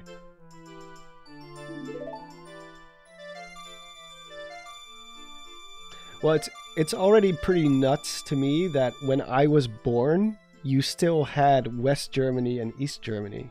That's already completely nuts to me when I think back at that. Well, in fact, the Soviet Union still existed when I was born. Because I'm from 87. Soviet Union collapsed in 1999, something? No, 91, I think, right? 93? I don't know, but it still existed. And I know this because the Netherlands that's the last time the Netherlands had won a title, like with football, the World Cup, was against the Soviet Union in the finals.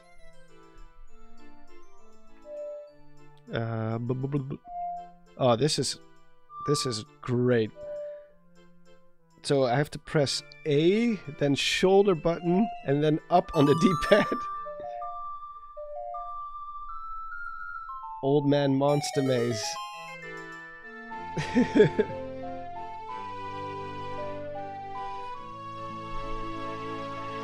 Yeah, 1987. 87. I think I may have misspoken before and said 78, but it's 87. I'm 1 year younger than The Legend of Zelda as a franchise. Because Zelda turns 40 in just a month. Or a few weeks. And I turn 40 not this year, but the year after that.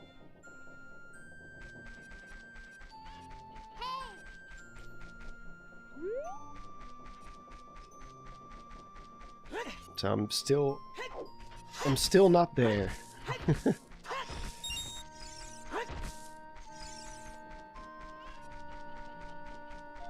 You're just a baby. Oh hey, Gazri Games, thank you so much. Much appreciated. Cool to see you live. Are you a full-time content creator? When I want to be. Sometimes I do. I also do jobs on the side, animation jobs and stuff, once in a while. But I do. It used to be 50-50 for the first half of my time doing YouTube. My channel is only like 5 years old. For the first 2, maybe 3 years, I was doing like 50-50 jobs, animation jobs, just corporate jobs, and then YouTube revenue. And then I started doing more. But because I don't have sponsorships, I think I will still keep doing that. I don't think I will ever stop doing jobs on the side. Oh, I forgot I have to get to the forest temple.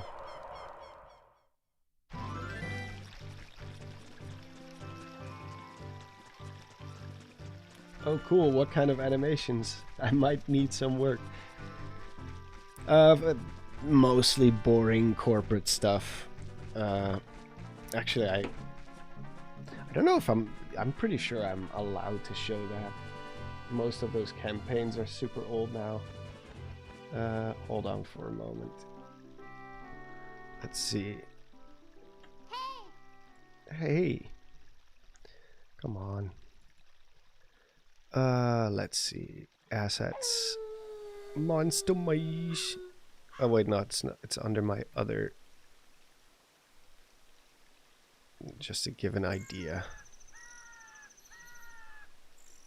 I do have to turn off the audio because I think I put like super obnoxious music underneath it. But it's like this is my animation. What do you call it? This is the name of my quote-unquote company. My animation company. So this kind of stuff, infographics,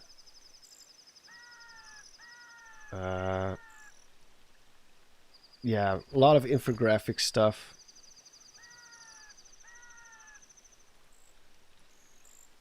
More infographic stuff.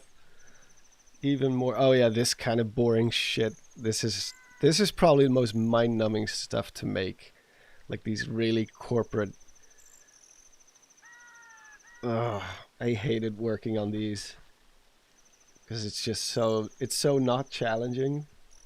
It's just usually it's just a logo and some text and maybe a little bit of movement here and there, but it's mind-numbing. But yeah, that's what I do on the side. Just your basic. But you know, a man's got to eat.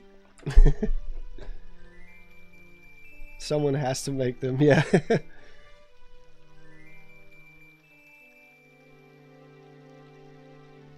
Yeah, I could do YouTube full time, even without sponsorships, probably. But I would have to upload way more, and I'm afraid, like, I would have to upload at least every week, which means the quality of my videos will go down, because I won't be able to spend 2 days on a small little animation that will show up in the video for 10 seconds.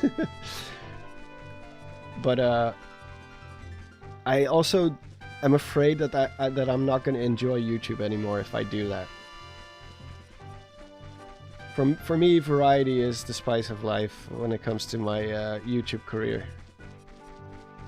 If I have to do like content mill stuff and just keep cranking out videos out of obligation, I'm gonna become tired of it very quickly, and I don't think my channel will last more than a few years. Because then it just becomes a corporate job at that point. And that's the cool thing for me about YouTube, is that it doesn't feel like that at all, the way I approach it, at least. You could probably make a mobile game. If I ever create a game, it's not going to be a mobile game for sure. It's either going to be a horror game or a dungeon crawler. One of the two. Oh yeah, I gotta play the song. No. Okay, no. Yes. Okay. Okay. Okay. Yeah, there we go. Honestly, those animations you make for your videos are super high quality in terms of texturing and lighting. Oh, thanks. Obviously, you can do way, way better if you really put the time into it. Like, I'm definitely not a great modeler or anything like that, but if it adds a little bit of extra to my video, then I'm happy. And I like doing it. I like messing around in 3D, in Blender.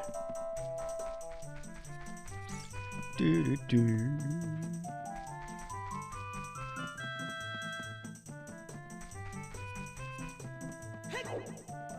Boom. I'll go into the forest temple and then I'm gonna save, and we can continue some other time, because I also have to get some sleep soon. It's past midnight here.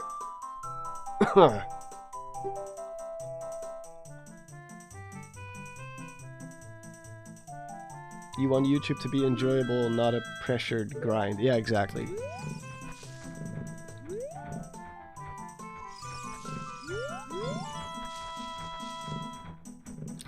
That's exactly how I approach it.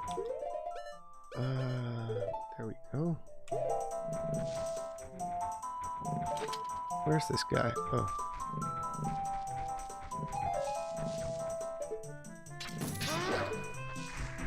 Goodbye.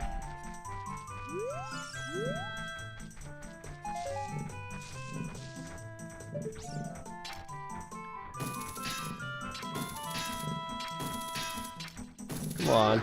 There we go.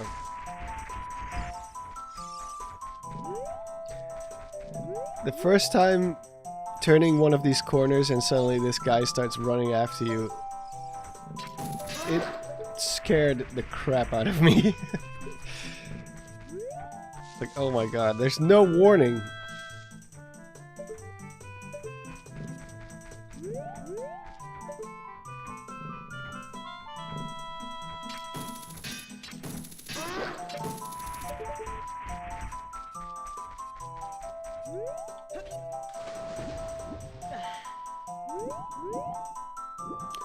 Like once those guys start charging at you, the sound that they make, freaking horrifying. Still gotta die though.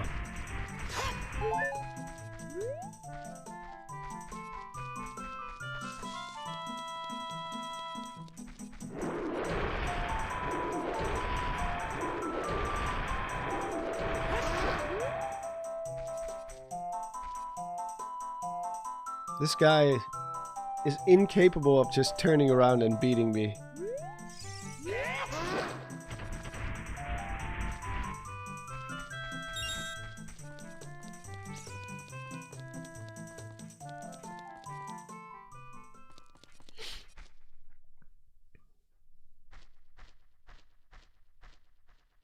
Your opinion on the Zeichenbewahrung spirit orbs? That's how you say spirit orbs? Zeichen der Bewahrung. Wait, doesn't Bewahrung means like save? Because it sounds like the Dutch word bewaren, which means to save something or to keep something for later.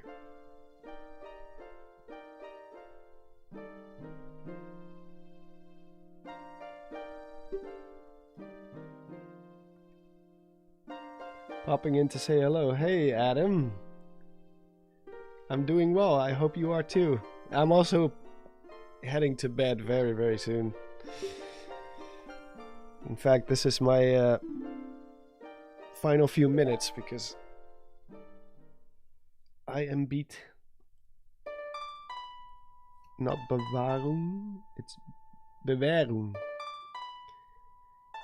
If you have the two little dots, it's an E, right? E sound. Bewährung.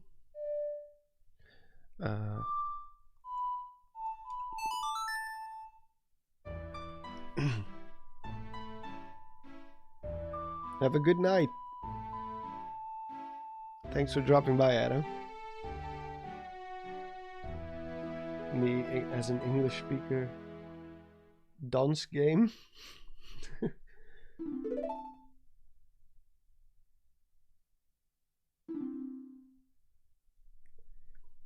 Bewährung means proof of oneself.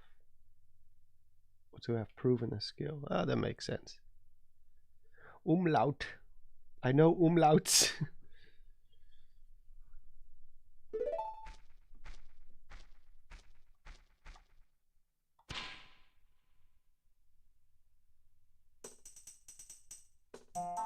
Dance game is a Twitch emote that kind of just means W2, yeah. And I am not up to date on my my Twitch memes or Twitch emotes. I barely even use Twitch. Alright. We have arrived.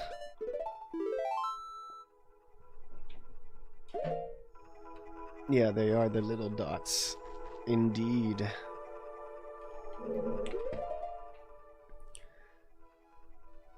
We also have a version of it, but we use it for different reasons. Have I played Tunic? Yes, I did. I didn't finish it yet, I think. Or did I? I don't remember. I played it mostly on my flight to Boston. Like I didn't really play it at home. I played it on the road a lot.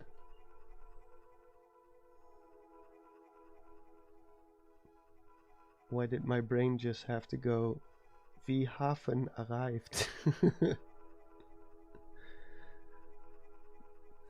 It's wir haben gearriviert.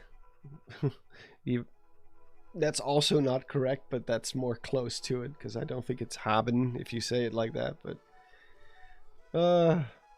I I haven't had Dutch language lessons for a very, very long time. Not since high school.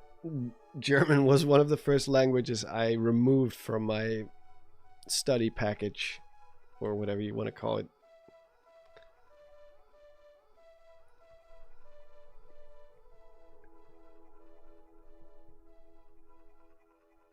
Wir haben was.